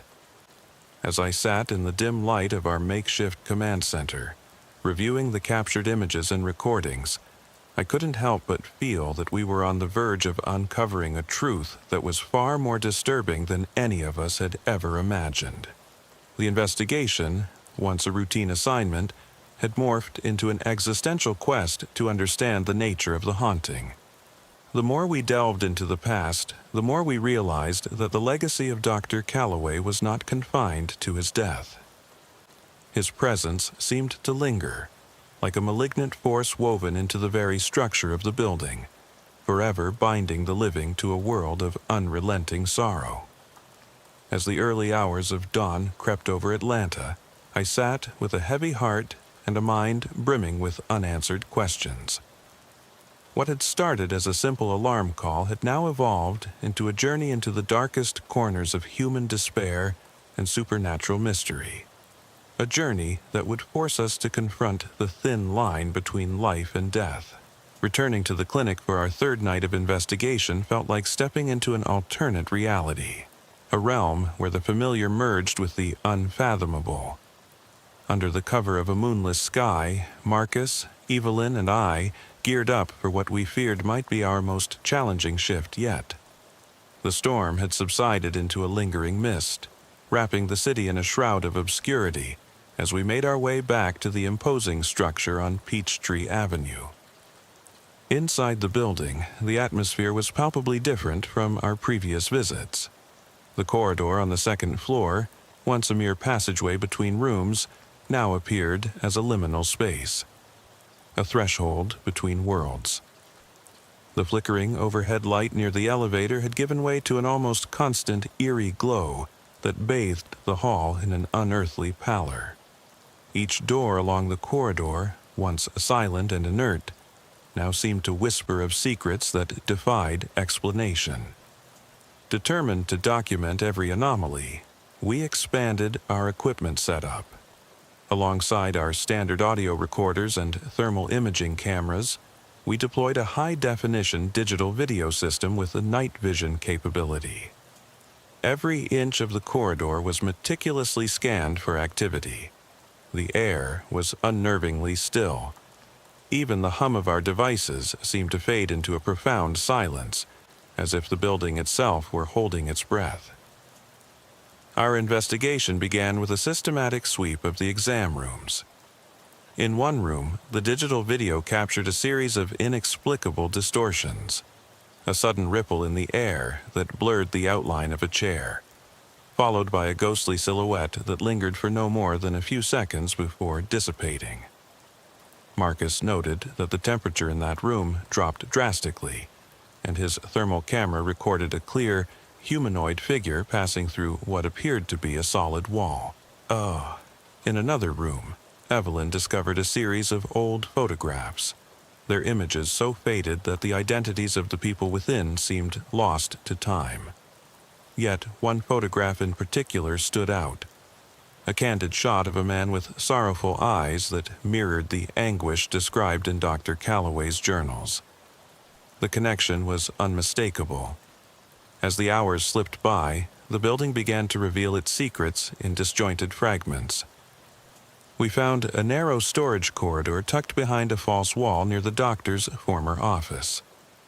There, amid boxes of decaying medical records and yellowed documents, we uncovered an old logbook. Its entries were terse, written in a hurried hand over many years, chronicling unexplained disturbances, sudden power outages, and sightings of a spectral figure that resembled a man in a faded lab coat.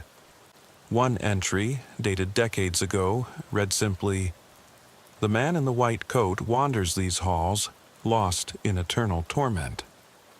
The stark simplicity of the note sent chills down my spine, as it echoed the descriptions we had been piecing together over the past few nights. Beyond the physical evidence, the psychological toll of the investigation was becoming increasingly apparent. Marcus, normally steadfast and unflappable, confessed during a brief moment of quiet that he felt as though invisible eyes were following him at every turn. Evelyn, whose extensive experience had taught her to remain composed in the face of the inexplicable, found her hands trembling as she recounted the sound of soft, plaintive whispers that seemed to emanate from the walls themselves. And I, struggling to maintain a veneer of rationality, could no longer deny the overwhelming sensation that the building was not merely haunted by a single restless spirit, but by a chorus of voices, each telling a tale of sorrow, regret, and unfinished business. At one point, as I reviewed a segment of our video footage in our temporary command center, a particularly disturbing sequence unfolded. The camera, which had been pointed at a seemingly empty hallway, suddenly caught a fleeting glimpse of a figure standing motionless at the end of the corridor. The figure's eyes appeared to glow with an unearthly light before it faded into the darkness. I rewound the footage repeatedly, trying to capture every detail of the apparition, but each time the image was gone, replaced by a static haze that offered no clues. The footage left us with more questions than answers, and the sense of dread in the room was nearly tangible. Despite the mounting evidence of paranormal activity, a deeper mystery began to emerge. The more we uncovered about the building's past, the more it became apparent that the disturbances were not random acts of misfortune. Instead, they were deliberate manifestations, a series of echoes from a life filled with anguish and unresolved sorrow. Evelyn speculated that the lingering presence of Dr. Calloway whose tragic end had left an indelible mark on the building, was perhaps not alone. Instead, it seemed that his despair had drawn forth other echoes of pain from the past. Former patients, colleagues, and even innocents caught in the crossfire of his internal torment. As the night wore on, the corridors seemed to shift with a will of their own.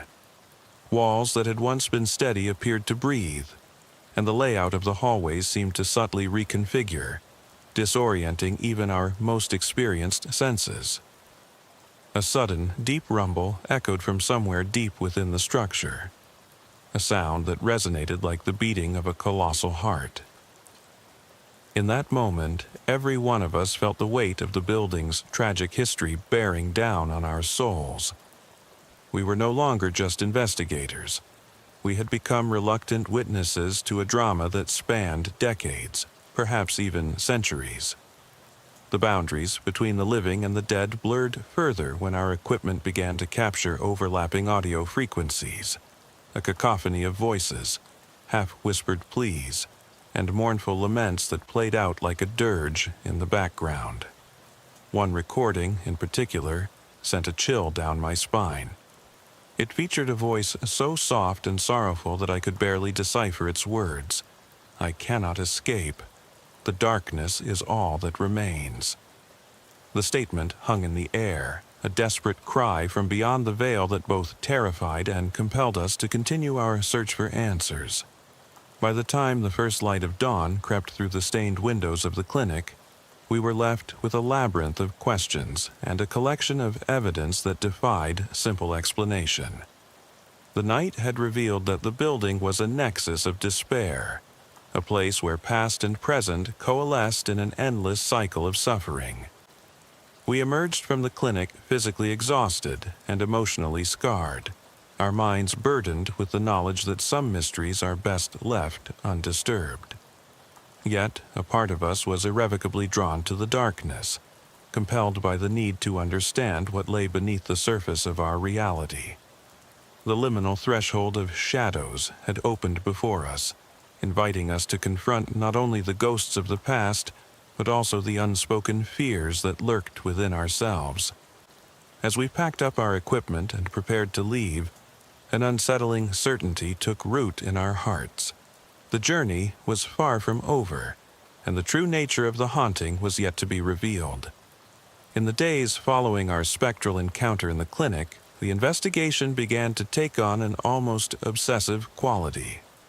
Marcus, Evelyn, and I found ourselves buried in archival records, meeting with local historians, and speaking with longtime residents whose faded recollections painted a fragmented picture of the past.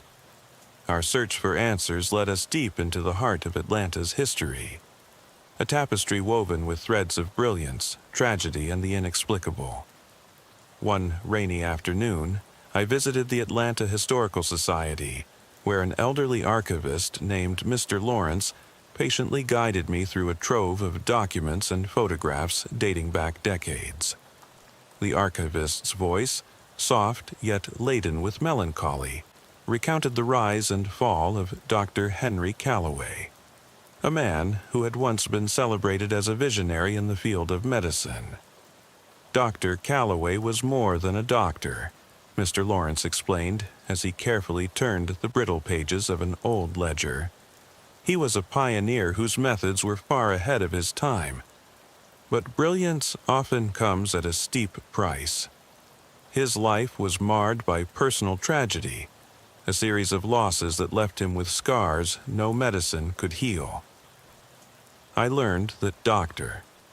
Calloway had introduced unconventional treatment methods that integrated holistic approaches with traditional medicine, a radical fusion that both intrigued and repelled his contemporaries. His work had attracted both acclaim and scorn, and as the community's faith in him grew, so too did the pressure to conform to established norms. The mounting criticism, coupled with the relentless personal grief following the untimely death of his wife and the bitter custody battle over his daughter, drove him into a downward spiral. His once promising career, marked by innovation and hope, had ultimately culminated in an act of profound despair: his suicide at his secluded summer retreat. The archivist showed me several letters written by Dr. Calloway in the final days of his life. These letters, full of desperate pleas and cryptic references to the encroaching darkness, offered a glimpse into a tortured mind. One letter, in particular, stood out. In shaky, ink-smudged handwriting, it read, "I stand on the precipice of oblivion, haunted by voices that echo the anguish of 1,000 lost souls. If my fate is to be consumed by darkness, then let it be known that I leave behind a legacy of broken dreams and endless sorrow." The raw vulnerability in those words resonated deeply with me, and I couldn't help but wonder if the building itself had become an unwilling repository for that unresolved grief. Returning to the clinic armed with new insights, we retraced our steps through the dark corridors. Every creak of the floorboards and every flicker of the light seemed to whisper the tragic narrative of Dr. Calloway's final days. Marcus carefully documented a series of photographs in one of the exam rooms, a room that had once been the site of intense personal torment. The faded remnants of what looked like personal belongings, a pair of reading glasses, a worn-out fountain pen, lent the space an air of intimate loss. In another room, we discovered a scrap of paper lodged behind a filing cabinet. It was a fragment of a diary entry that read, "I am forever trapped between the realms, where sorrow becomes the only truth." The note was unsigned, yet its haunting cadence bore an uncanny resemblance to the despair that had enveloped Dr. Calloway's final moments. Evelyn's research had led her to speak with a retired nurse who had once worked at the clinic. In a hushed interview, the nurse recalled nights when the corridors would fill with the sound of soft sobbing and the distant rustle of footsteps that no one could explain. There was an energy in those halls, she confided, her eyes welling with memories, an overwhelming presence that made it impossible to forget the pain of the past. I always felt as if someone was watching, waiting for a moment of weakness to reveal their sorrow. Her testimony lent a human dimension to the spectral phenomena, a reminder that the building was not just a repository of paranormal energy, but a monument to lives lived and lost. As our investigation deepened, the paranormal disturbances grew more pronounced. Our audio recordings captured overlapping voices, snatches of conversations, desperate pleas, and even what sounded like a final farewell. One recording, taken in the sealed wing of the clinic, played back a ghostly murmur that sent shivers down our spines. "I cannot rest. Free me from this eternal night." The voice, layered with anguish and a subtle hint of menace, reinforced our growing belief that Dr. Calloway's troubled spirit was not alone. Something darker, something more persistent, had been awakened by the unraveling of his legacy. We discovered that the building itself had a history of unexplained occurrences dating back decades. An old newspaper clipping mentioned incidents of flickering lights, sudden cold spots, and reports of a man in a white coat seen wandering the halls. Over time, these accounts had merged into a local legend, a cautionary tale of ambition, madness, and the price of unfulfilled dreams. As the evidence mounted, the lines between historical fact and spectral myth blurred, leaving us with an unsettling question. Had we merely uncovered a series of coincidences, or had we stumbled upon a genuine portal into a realm where the past refused to fade away? In the quiet hours of a rain-soaked evening, as I sat reviewing our compiled evidence in the dim glow of our temporary command center, I realized that the investigation had transcended its original scope. No longer was it just a case of an alarm triggered by a faulty sensor. It had become a desperate quest to understand the human soul in its most vulnerable state. Dr. Calloway's legacy was etched into every crevice of the building, a constant reminder that the cost of genius and the burden of unhealed wounds could extend far beyond the mortal coil. With every new discovery, a deeper sense of foreboding settled over us. The building was a labyrinth of sorrow, its corridors echoing with the voices of the damned. The more we sought to uncover the truth, the more it seemed that the past was determined to remain unresolved, a spectral shadow looming over the present, challenging our understanding of life, death, and the mysterious forces that bind them. On the night of our final expedition into the heart of the haunted clinic, the atmosphere was charged with a dread that defied description. The sky was overcast with a heavy, oppressive cloud cover that muted even the faintest light of the moon. Marcus, Evelyn, and I gathered our equipment for what we knew would be the most critical phase of our investigation, a final confrontation with the supernatural forces that had haunted us since that fateful call. The air was thick with anticipation, and a sense of foreboding that weighed on us as heavily as the humid night itself. Inside the building, every element of our surroundings seemed to conspire against us. The corridor on the second floor, where all our previous encounters had taken place, now pulsed with an almost palpable energy. The lights flickered erratically, casting long, distorted shadows that danced along the peeling walls. Every step we took was accompanied by the echo of memories and the rustle of unseen presences, as if the building were alive and intent on revealing its darkest secrets. We began our final sweep in the room that had once served as Dr. Calloway's private office, a place where the remnants of his life lay scattered like fragments of a shattered mirror. The room was cloaked in an eerie silence, broken only by the soft hum of our recording devices and the steady drip of water from a leaky pipe. On a dusty desk, we found a final piece of evidence, a faded photograph of Dr. Calloway, his eyes filled with sorrow and an inscrutable depth that seemed to gaze into our very souls. Beside it, a diary lay open, its final entry a desperate plea for release from an existence marred by unrelenting torment.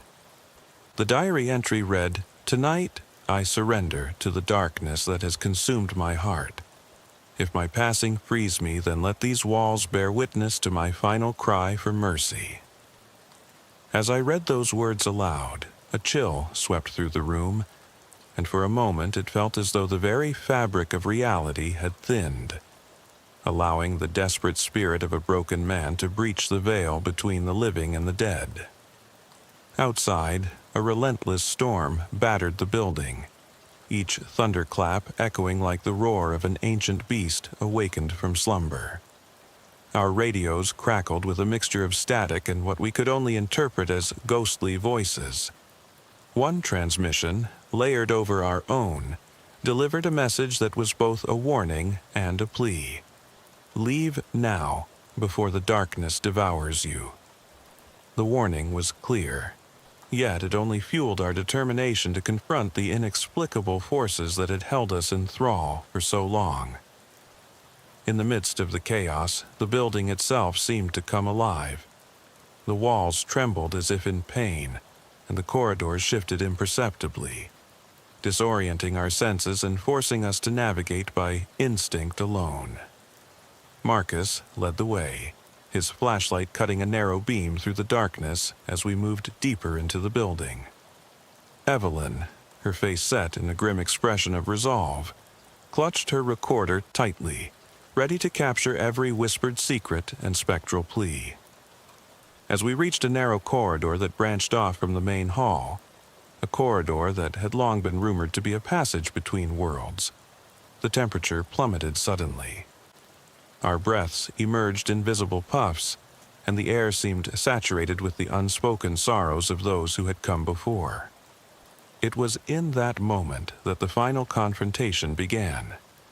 The corridor's walls, once solid and unmoving, now appeared translucent, as if the boundary between the physical and the spiritual had dissolved. Shadows converged and coalesced into a form that bore an uncanny resemblance to Dr. Calloway, a gaunt figure in a tattered white coat, his eyes deep pools of anguish and regret. for a few agonizing seconds, time itself seemed to stand still. The spectral figure floated toward us, its movements deliberate yet mournful. I could feel its sorrow as a physical weight pressing upon my chest, and in that instant I knew we were face to face with the culmination of all the darkness that had haunted this building. Evelyn's voice broke the silence with a plea that trembled with both fear and empathy. "What do you want from us?" The figure's answer came not in words, but in a cascade of fragmented images, a montage of memories and moments of despair that spanned decades. I saw fleeting glimpses of Dr. Calloway's life, moments of hope and innovation, followed by crushing loss and unrelenting isolation. Each image was a testament to the human soul's struggle against the inescapable pull of darkness. Then, as suddenly as it had appeared, the figure dissipated, leaving behind a void filled with nothing but the echo of its unspoken sorrow. Our equipment registered a surge of electromagnetic interference, and the building's walls seemed to groan in protest. Amid the cacophony of spectral voices, one clear message emerged: "I am trapped. Set me free." The plea reverberated in our minds, its tone both desperate and commanding, a final entreaty from a soul that could find no rest. Determined to answer that call, we made our way into the building's deepest recesses, a sealed wing that had long been abandoned and forgotten. The air here was dense with decay and the residue of long-buried secrets. In a small, dusty chamber, we uncovered a hidden archive, a collection of personal belongings, medical records, and final letters that Dr. Calloway had left behind. Every piece of evidence painted a picture of a man consumed by inner demons, whose final act had not been an end but the beginning of an eternal cycle of torment. As the night drew to its climax, the building's supernatural forces converged in a final, overwhelming surge. The lights flickered violently, and the walls shuddered as if straining under the weight of innumerable sorrows. In that climactic moment, Marcus, Evelyn, and I stood united, exhausted, fearful, and resolute. We made a solemn pact to confront the darkness head-on, to try and liberate the tortured spirit whose anguished cries had echoed through these halls for far too long. In a desperate attempt to break the cycle, we initiated a final recording, speaking clearly into our devices as if addressing the spirit directly. "Dr. Calloway," I called out, my voice wavering yet determined. "We understand your pain. We know that your soul is burdened by unfulfilled dreams and relentless sorrow. If you seek release, show us the path to peace."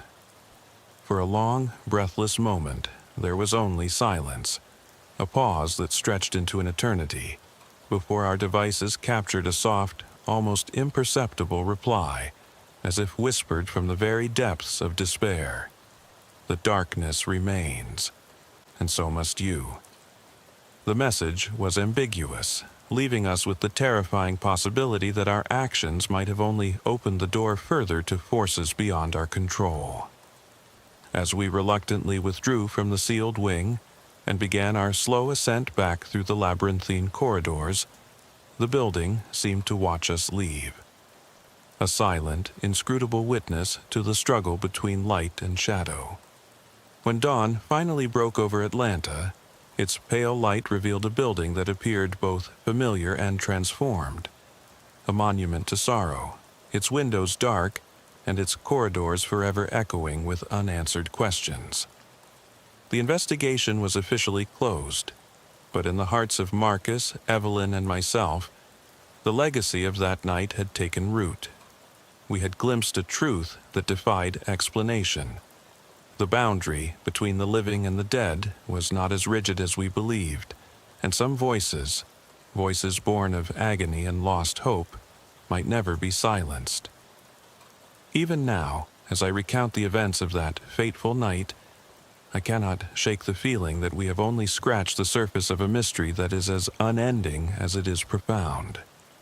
The building on Peachtree Avenue still stands, a silent sentinel guarding its secrets, and sometimes, when the night is at its darkest, a solitary passerby might hear the faintest whisper of a plea carried on the wind, a reminder that some souls remain trapped, forever yearning for the elusive promise of peace. I spent 30 long years on the force patrolling the gritty back streets of Detroit, a city with a reputation as raw and unpredictable as its midnight skyline. Even after retiring at 50, the memories of my time in uniform still haunt me like unwelcome specters. One such memory, dark and persistent, began on an autumn night when the chill in the air felt like a harbinger of unspeakable events to come. It was a late October evening when the dispatch radio crackled to life with a report that at first seemed routine.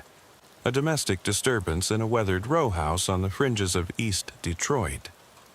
The caller was a jittery neighbor, whose voice betrayed a mixture of fear and resignation. A fear born of countless nights punctuated by the clamor of angry disputes and the sickly sweet odor of chemical burns. In our line of work, such calls were par for the course. We'd grown accustomed to the desperate pleas and the dissonant sounds of a broken home. But that night, something in the caller's tone hinted at a deeper, almost otherworldly terror. I glanced at my partner, Steve, an ever-reliable, if slightly superstitious, companion whose instincts on nights like these never failed me. "You feel it too, don't you?" he murmured, his eyes narrowing as he scanned the dim-lit corridors of our cruiser. The address was etched in our minds: 3921 West Grafton Avenue, a location notorious for its dilapidated buildings, stale odors, and a persistent rumor that the neighborhood was cursed by remnants of long-forgotten tragedies. The car's engine purred into life as we sped through rain-slicked streets under the watchful gaze of neon signs and flickering street lamps. Arriving at the scene, the sight that greeted us was almost surreal. The front door of the modest townhouse was left agape, as if inviting us into a domain where the normal laws of human decency had long been abandoned. A biting wind carried an unidentifiable stench, a heavy blend of burnt chemicals and decaying matter, so potent that it seemed to seep into our very souls. I could almost feel the oppressive energy of the building pressing against us, as if the structure itself was trying to warn us away. We announced our presence in measured professional tones, calling out for the residents to come forward. Only silence answered us for several long, echoing moments. The uneasy stillness was punctuated by the distant hum of a faulty neon sign and the soft patter of rain on the asphalt. Then, a muffled thud, almost as if someone was struggling to move upstairs, broke the silence. Steve's hand instinctively found the reassuring weight of his holstered weapon, while I steadied my breath, fighting against a mounting dread that crept up my spine like ice. Guided by a blend of duty and an inexplicable pull toward the unknown, we ascended the narrow, creaking staircase. Every step felt heavy with foreboding, as if each creak was an echo from a past filled with unspeakable events. The hallway was dimly lit by the waning light filtering through grimy windows. In that murky half-light, our senses were assaulted by an overwhelming mix of odors. The lingering smell of stale smoke, chemical tang, and something else, something indefinably rotten. As I peered into the shadows, I couldn't shake the feeling that we were stepping into a threshold between the familiar and the forbidden. At the far end of the hallway, 3 doors lined the wall. 2 of them stood ajar, their openings yawning like silent witnesses to whatever transgressions had unfolded inside. The 3rd door, however, was closed tight, its wooden surface marred by dark stains that seemed to pulse in the scant light. It was from behind that the muffled thud had originated. I rapped lightly on the door before pushing it open with a mix of trepidation and resolve. The act of opening that door felt like crossing into another realm, a space where the boundaries between life and death, reality and nightmare, had all but dissolved. Inside, the room was suffused with a repellent stench that hit me like a physical blow. In the weak beam of our flashlights lay a sight that would forever be etched in my mind. A body so decayed that its features were almost unrecognizable, sprawled on a grimy cot that looked as though it had absorbed decades of misery. Even in the gloom, the air was heavy with the oppressive presence of death. The decay was not simply organic, it seemed to have an almost unnatural quality, as if time had conspired with some unseen force to accelerate the process. I could not help but wonder if this was just the result of neglect and abuse, or something far more sinister. Before we could fully process the scene, a subtle sound, a rustling, like a whisper in the dark, caught my attention. I turned sharply, the grip on my service weapon tightening as I scanned the edges of the room. The silence that followed was absolute, broken only by the erratic rhythm of my own heartbeat. That is when I realized that the feeling of unease was not just a trick of the light or a byproduct of the decay. It was something else entirely, an intangible, almost spectral presence that seemed to hover just at the edge of perception. Steve's voice broke through my swirling thoughts. "Officer, check the hallway," he called out, his tone a blend of caution and disbelief. Reluctantly, I obeyed and stepped back into the corridor, leaving the ghastly scene behind. Even as I moved, I couldn't help but feel that our intrusion had disturbed something that had lain dormant for far too long. The building, the very walls of that forsaken home, seemed to resonate with a silent, ancient sorrow, a sorrow that stretched back through decades of forgotten history and unresolved tragedies. In that moment, I knew that this case would be unlike any other. The call had begun as a routine report of domestic disturbance, but as the shadows deepened and the boundaries of normalcy began to blur, it became clear that we had stumbled upon a mystery that defied the logic of the mortal world.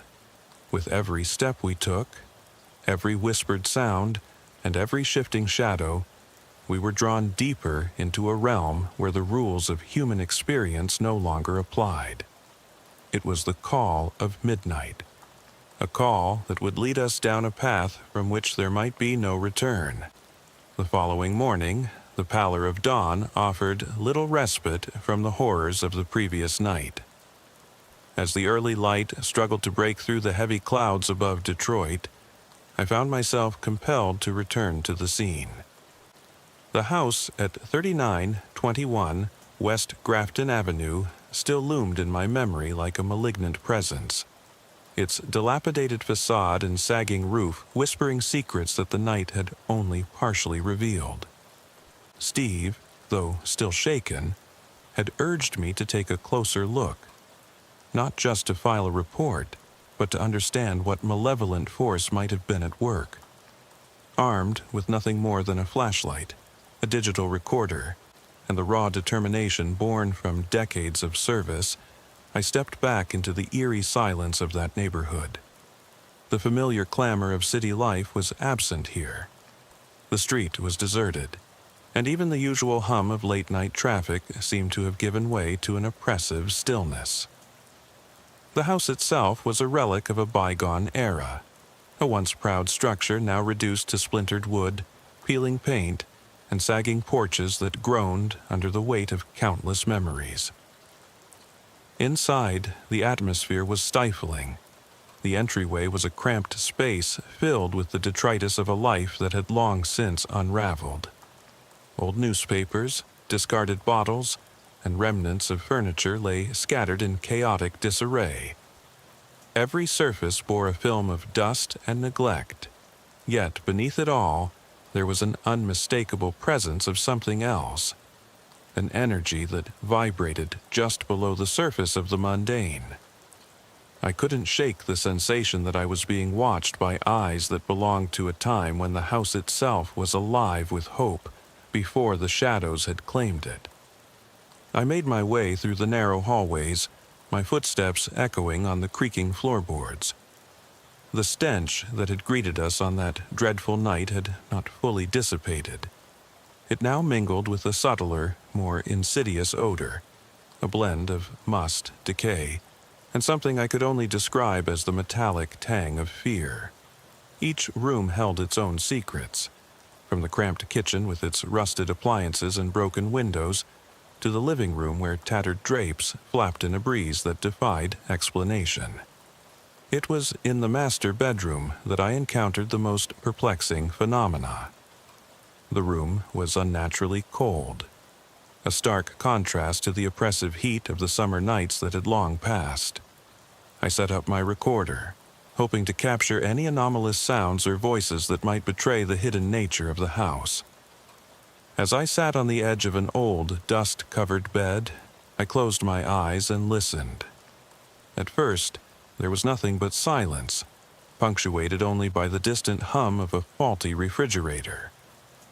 Then, soft and almost imperceptible, came a sound, a whisper, indistinct yet laden with sorrow.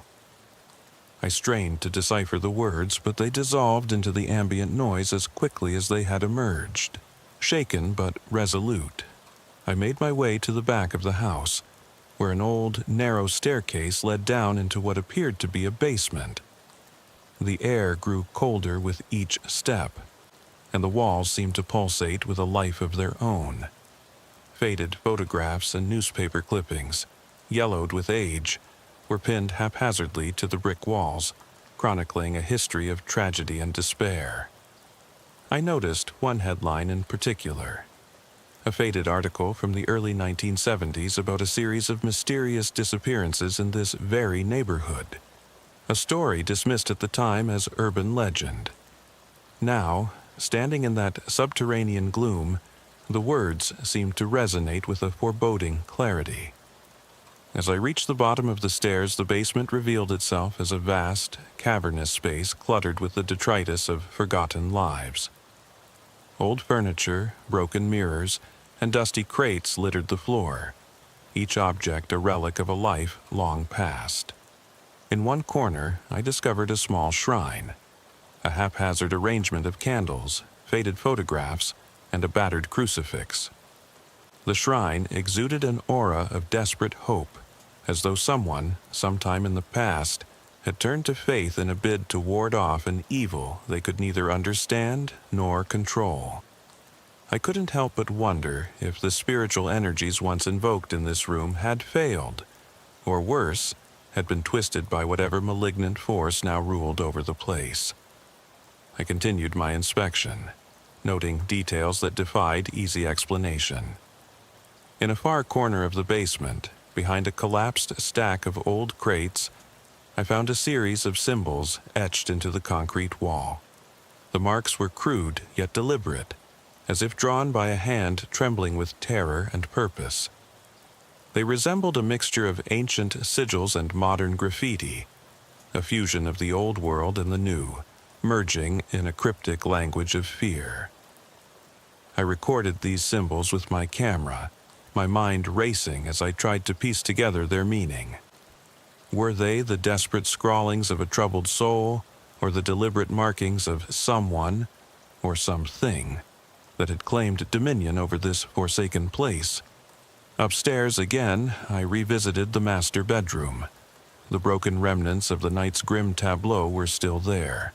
The decaying cot, the scattered personal effects, and the eerie silence that seemed to cling to every surface. As I retraced my steps, I became increasingly aware of a subtle, almost hypnotic pulse, a rhythmic vibration that reverberated through the floorboards and into my very bones. It was as if the house itself was alive, its heartbeat slow and measured, echoing the sorrows of all who had ever lived within its walls. By the time I left the house, the early morning light had grown pale and weak, offering little in the way of comfort.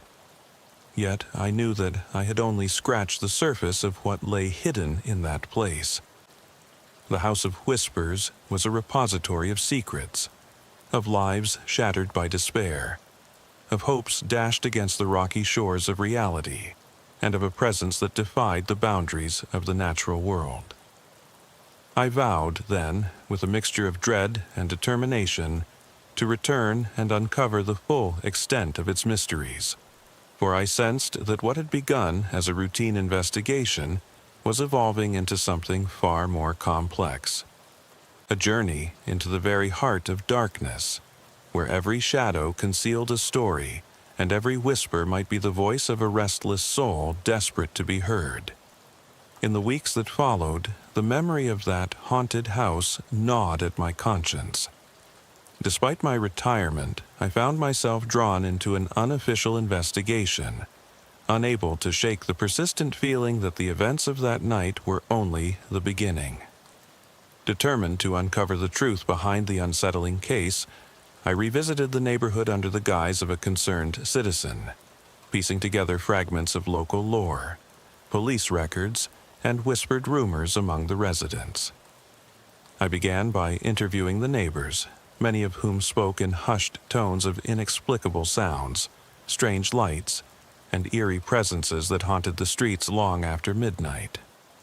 One elderly woman, her voice trembling with both fear and defiance, recounted how she had seen shadows moving against the flow of light in the alley behind the row houses.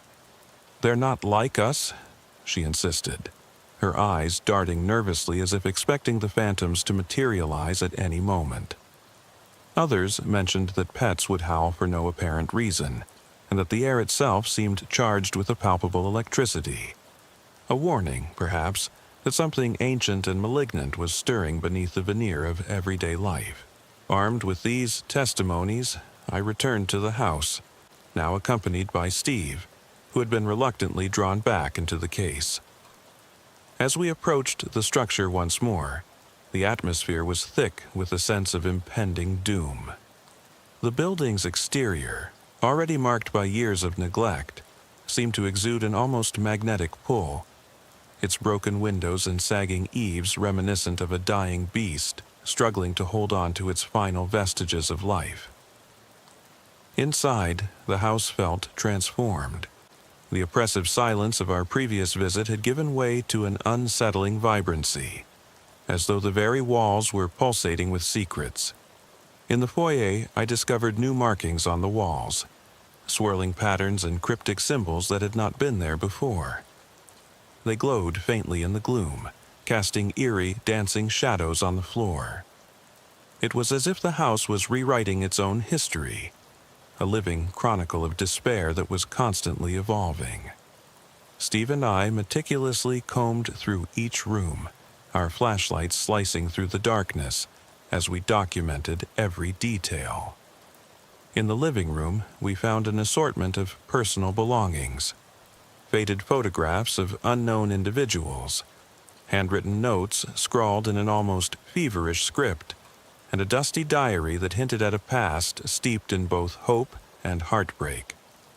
One entry, dated back to the early 1980s, spoke of voices in the walls and a mysterious figure that roamed the halls at night.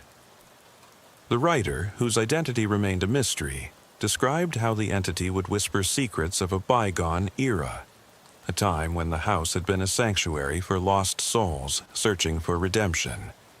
Every piece of evidence we uncovered deepened the enigma. In the basement, the cryptic symbols etched into the concrete began to take on new meaning. I spent hours studying them under the weak glow of a portable lamp, cross-referencing them with old texts and urban legends that hinted at occult practices and rituals intended to bridge the gap between the mortal and the spectral. I soon began to suspect that the house was not merely a stage for criminal misdeeds.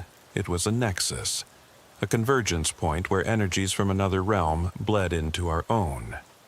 The notion was unsettling, yet increasingly plausible, given the overwhelming evidence of phenomena that defied conventional explanation. Late one night, As I pored over the diary in the quiet solitude of my study, I experienced an unnerving sensation, a subtle shift in the room's temperature, and an almost imperceptible whisper that seemed to echo my own thoughts. I dismissed it at first as the product of an overtaxed imagination, fueled by the stress of sleepless nights and an ever-growing obsession with the case. But as the days passed, the experiences grew more frequent and intense. I began to hear soft, disjointed murmurs when I was alone, as though the walls themselves were speaking in a language older than time. In my dreams, I was pursued by vague, spectral figures, whose eyes burned with a cold, unyielding intensity, their forms shifting between the realms of the living and the dead. One particularly harrowing evening, Steve and I returned to the house with a small team of investigators from a local paranormal research group. Although skeptical of the supernatural, they had been convinced by the mounting evidence and the consistent testimonies of the neighborhood. Together, we set up an array of recording devices and cameras throughout the house, determined to capture any anomaly that might provide a clue to the forces at work. As midnight approached, the house seemed to come alive in a way that defied logic. The temperature plummeted abruptly, and the devices began to pick up static, punctuated by sporadic bursts of unintelligible voices. One recorder even captured what sounded like desperate pleas and anguished screams, as if the very soul of the house were crying out in torment. In the dead of night, while monitoring the equipment from a makeshift control room in the basement, I heard it clearly. A distinct rhythmic tapping coming from the upper level. The sound was methodical, almost as if it were counting down to an inevitable moment of reckoning. Steve's eyes met mine, and in that silent exchange we both understood that this was no ordinary disturbance. Clutching our flashlights and firearms, we ascended the stairs once again, our footsteps echoing like a dirge through the narrow corridor. At the top of the stairs, we found ourselves facing the closed door that had first lured us into the heart of the mystery. The tapping persisted, a slow, deliberate beat that resonated from within. With hearts pounding in unison, we pushed the door open, revealing a room that seemed to exist outside the bounds of reality. The space was filled with a dense, almost tangible fog that obscured our vision and made every breath feel like a plunge into icy water.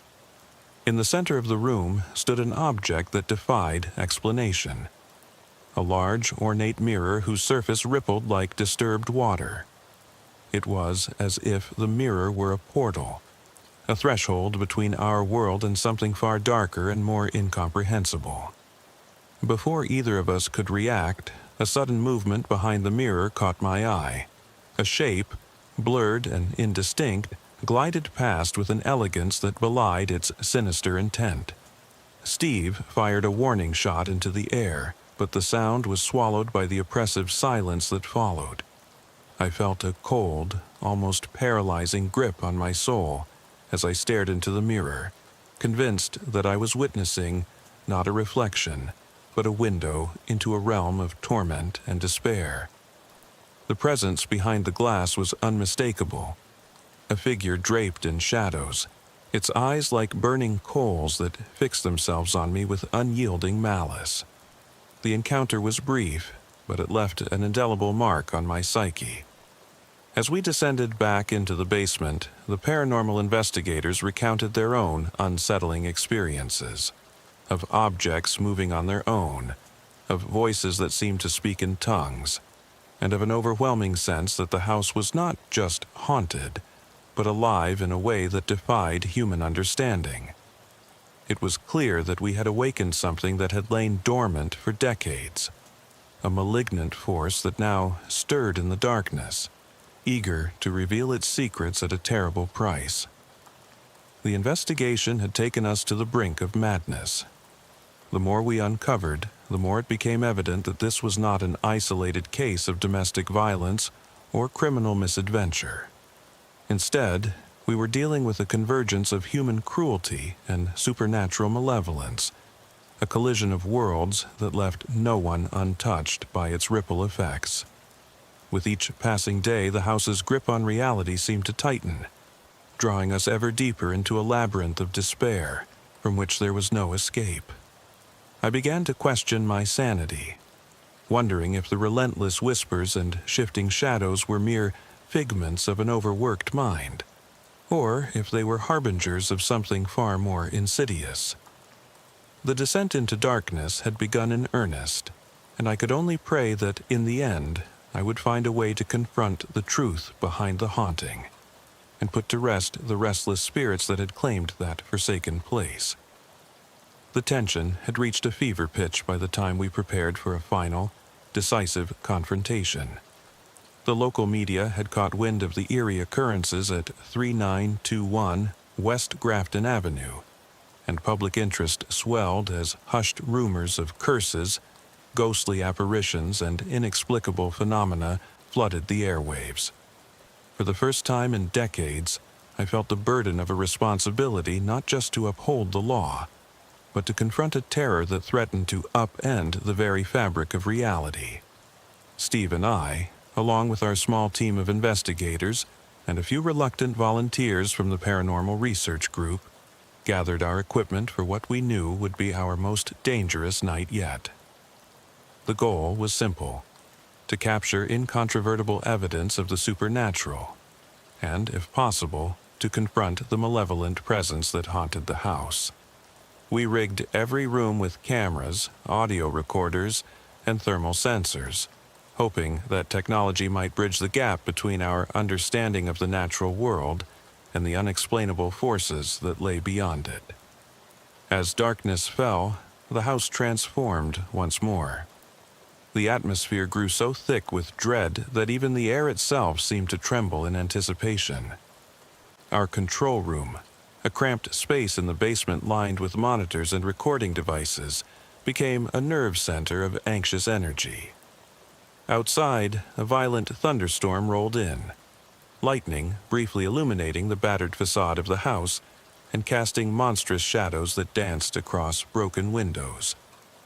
At precisely midnight, a deep, resonant vibration shook the very foundations of the building. The sensors registered a dramatic drop in temperature and a surge in electromagnetic activity. I felt a chill that went far beyond the cool touch of rain. It was as if an otherworldly force was beginning to stir. The rhythmic tapping we had heard before intensified, echoing throughout the corridors like a death knell. With grim determination, Steve led the way as we stepped out of the control room and into the heart of the building. Every step we took was fraught with peril. The corridors, now bathed in the eerie glow of emergency lighting, revealed scenes that were both familiar and disturbingly altered. Faded family portraits now appeared to have eyes that followed our every move, and the walls, once covered in peeling wallpaper, now seemed to bleed shadows that writhed and twisted in impossible patterns. There was no escaping the sensation that the house was alive, and that it was orchestrating this macabre performance solely for our torment. In what had once been the master bedroom, we encountered a tableau that defied rational explanation. The decomposed body from that fateful night had vanished, replaced by an arrangement of objects that looked like ritualistic symbols. Candles flickered in a deliberate pattern on the floor, forming a circle around a tattered diary open to a page inscribed with cryptic notes and arcane symbols. It was as if some dark entity had used the space to conduct its own perverse ceremony, a communion with forces that mortals were never meant to understand. My pulse raced as I approached the circle, every nerve in my body screaming that I was standing on the threshold of something unspeakably dangerous. Suddenly, a guttural sound erupted from the far end of the room, a sound that was neither animal nor human. It was as if the walls themselves had begun to moan in agony. Out of the shadows a figure emerged. It was draped in tattered clothing that flapped like dark wings in the turbulent air, and its eyes glowed with a malevolent light. The figure's presence radiated a cold, unyielding fury, and for a moment, time seemed to slow as it advanced slowly toward us. In that heartbeat of eternity, I felt as though I was staring into the abyss, a realm where every hope and every dream had been obliterated by despair. Steve reacted with a swiftness born of years on the force. He leveled his weapon, his finger steady on the trigger, and shouted a warning that reverberated off the walls. But the apparition did not flinch. Instead, it extended an arm in a gesture that was both beckoning and condemning, as though inviting us to join it in its eternal lament. The tension in the room was so thick that I could almost taste the fear, bitter and metallic, on my tongue. My instincts screamed to retreat, yet I found myself rooted to the spot, compelled to witness this confrontation between worlds.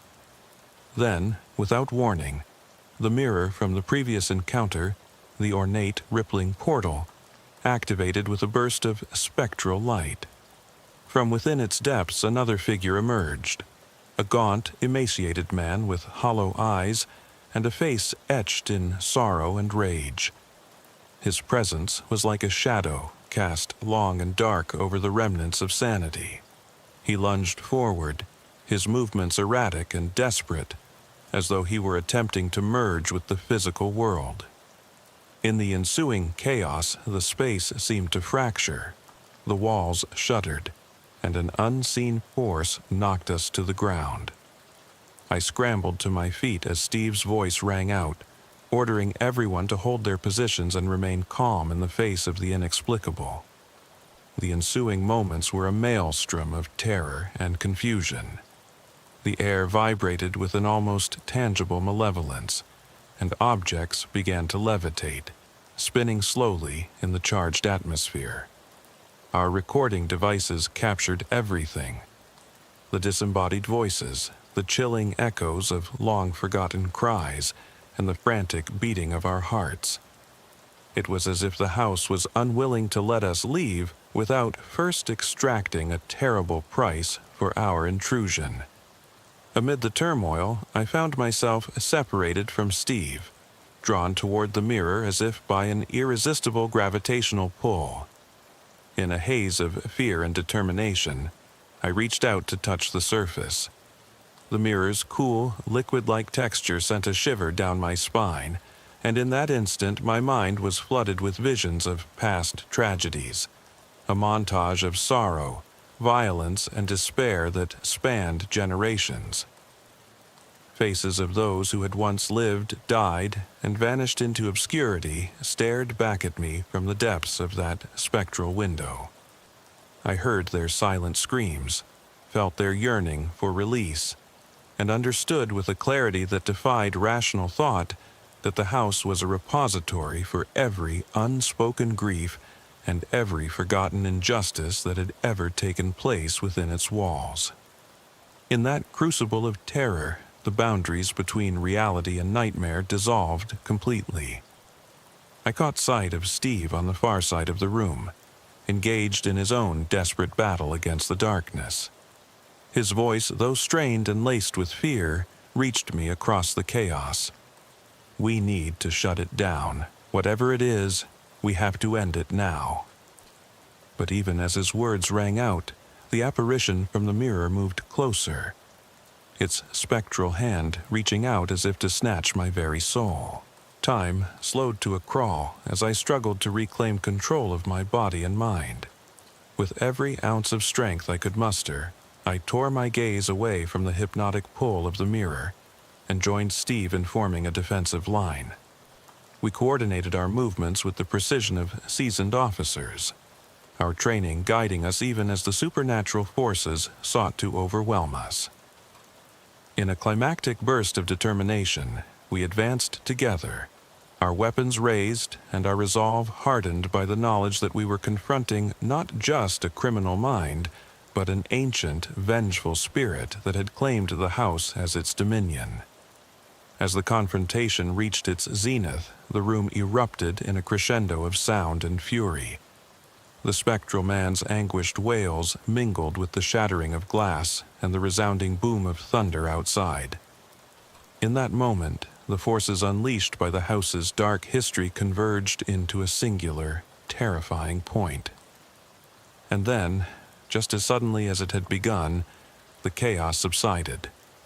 The levitating objects fell motionless to the ground, the voices faded into an oppressive silence, and the mirror's glow dimmed to a flickering ember.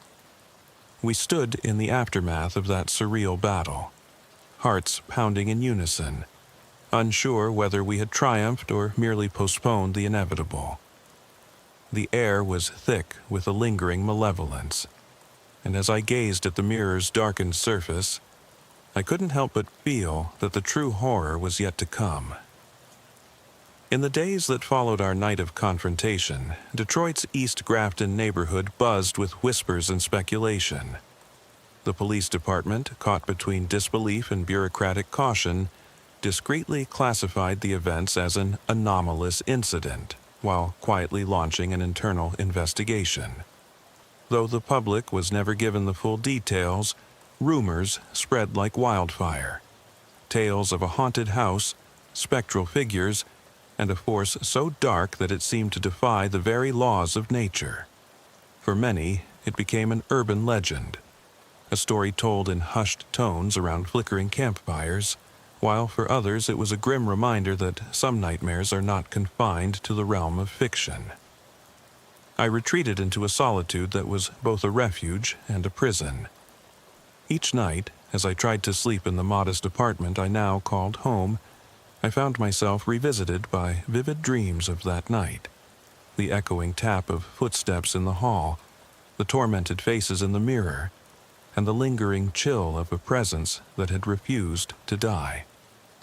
I began to document every detail, every shred of evidence we had gathered, not only in the hope of making sense of it all, but also as a desperate plea for closure. My journal became a chronicle of despair and determination, a record that the darkness we had encountered was real, and that its influence extended far beyond the walls of that accursed house. Steve, ever the pragmatist, maintained a stoic silence about the events. In interviews, he offered little more than curt, emotionless summaries, dismissing the supernatural aspects as hysteria and misinterpreted adrenaline. Yet even he could not entirely escape the shadow of that night.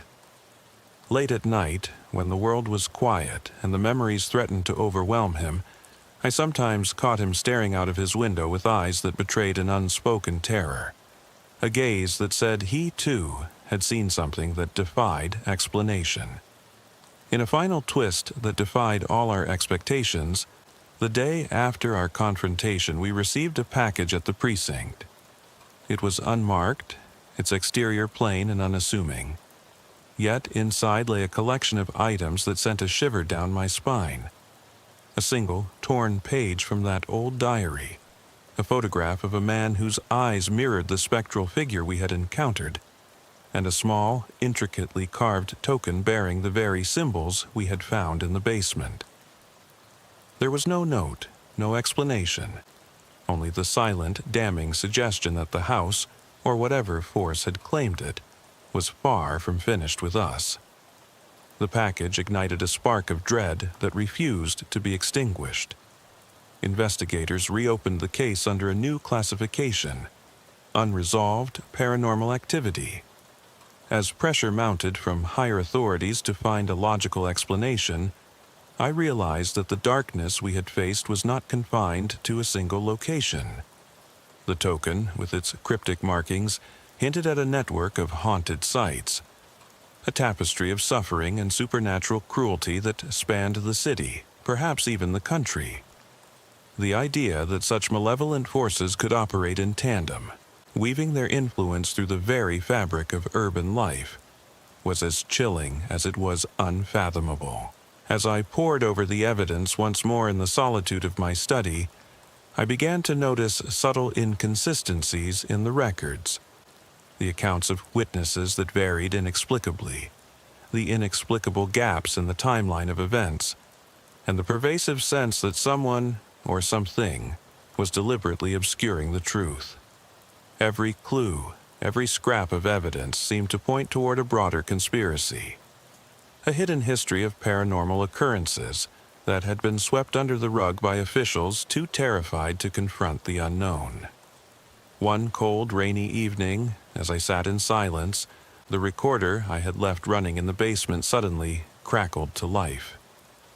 In the background, amidst the static, came a voice, a low, mournful voice that spoke in a language I did not understand. The message was fragmented, but one word emerged clearly, repeated over and over. Restless. The voice faded as abruptly as it had appeared, leaving me with a chill that no amount of warmth could dispel. It was then that I realized the true terror of our experience. The encounter at 3921 West Grafton Avenue was not an isolated incident. It was a harbinger of something far more expansive. A network of haunted sites, spectral forces, and unresolved tragedies that continued to plague the underbelly of American cities.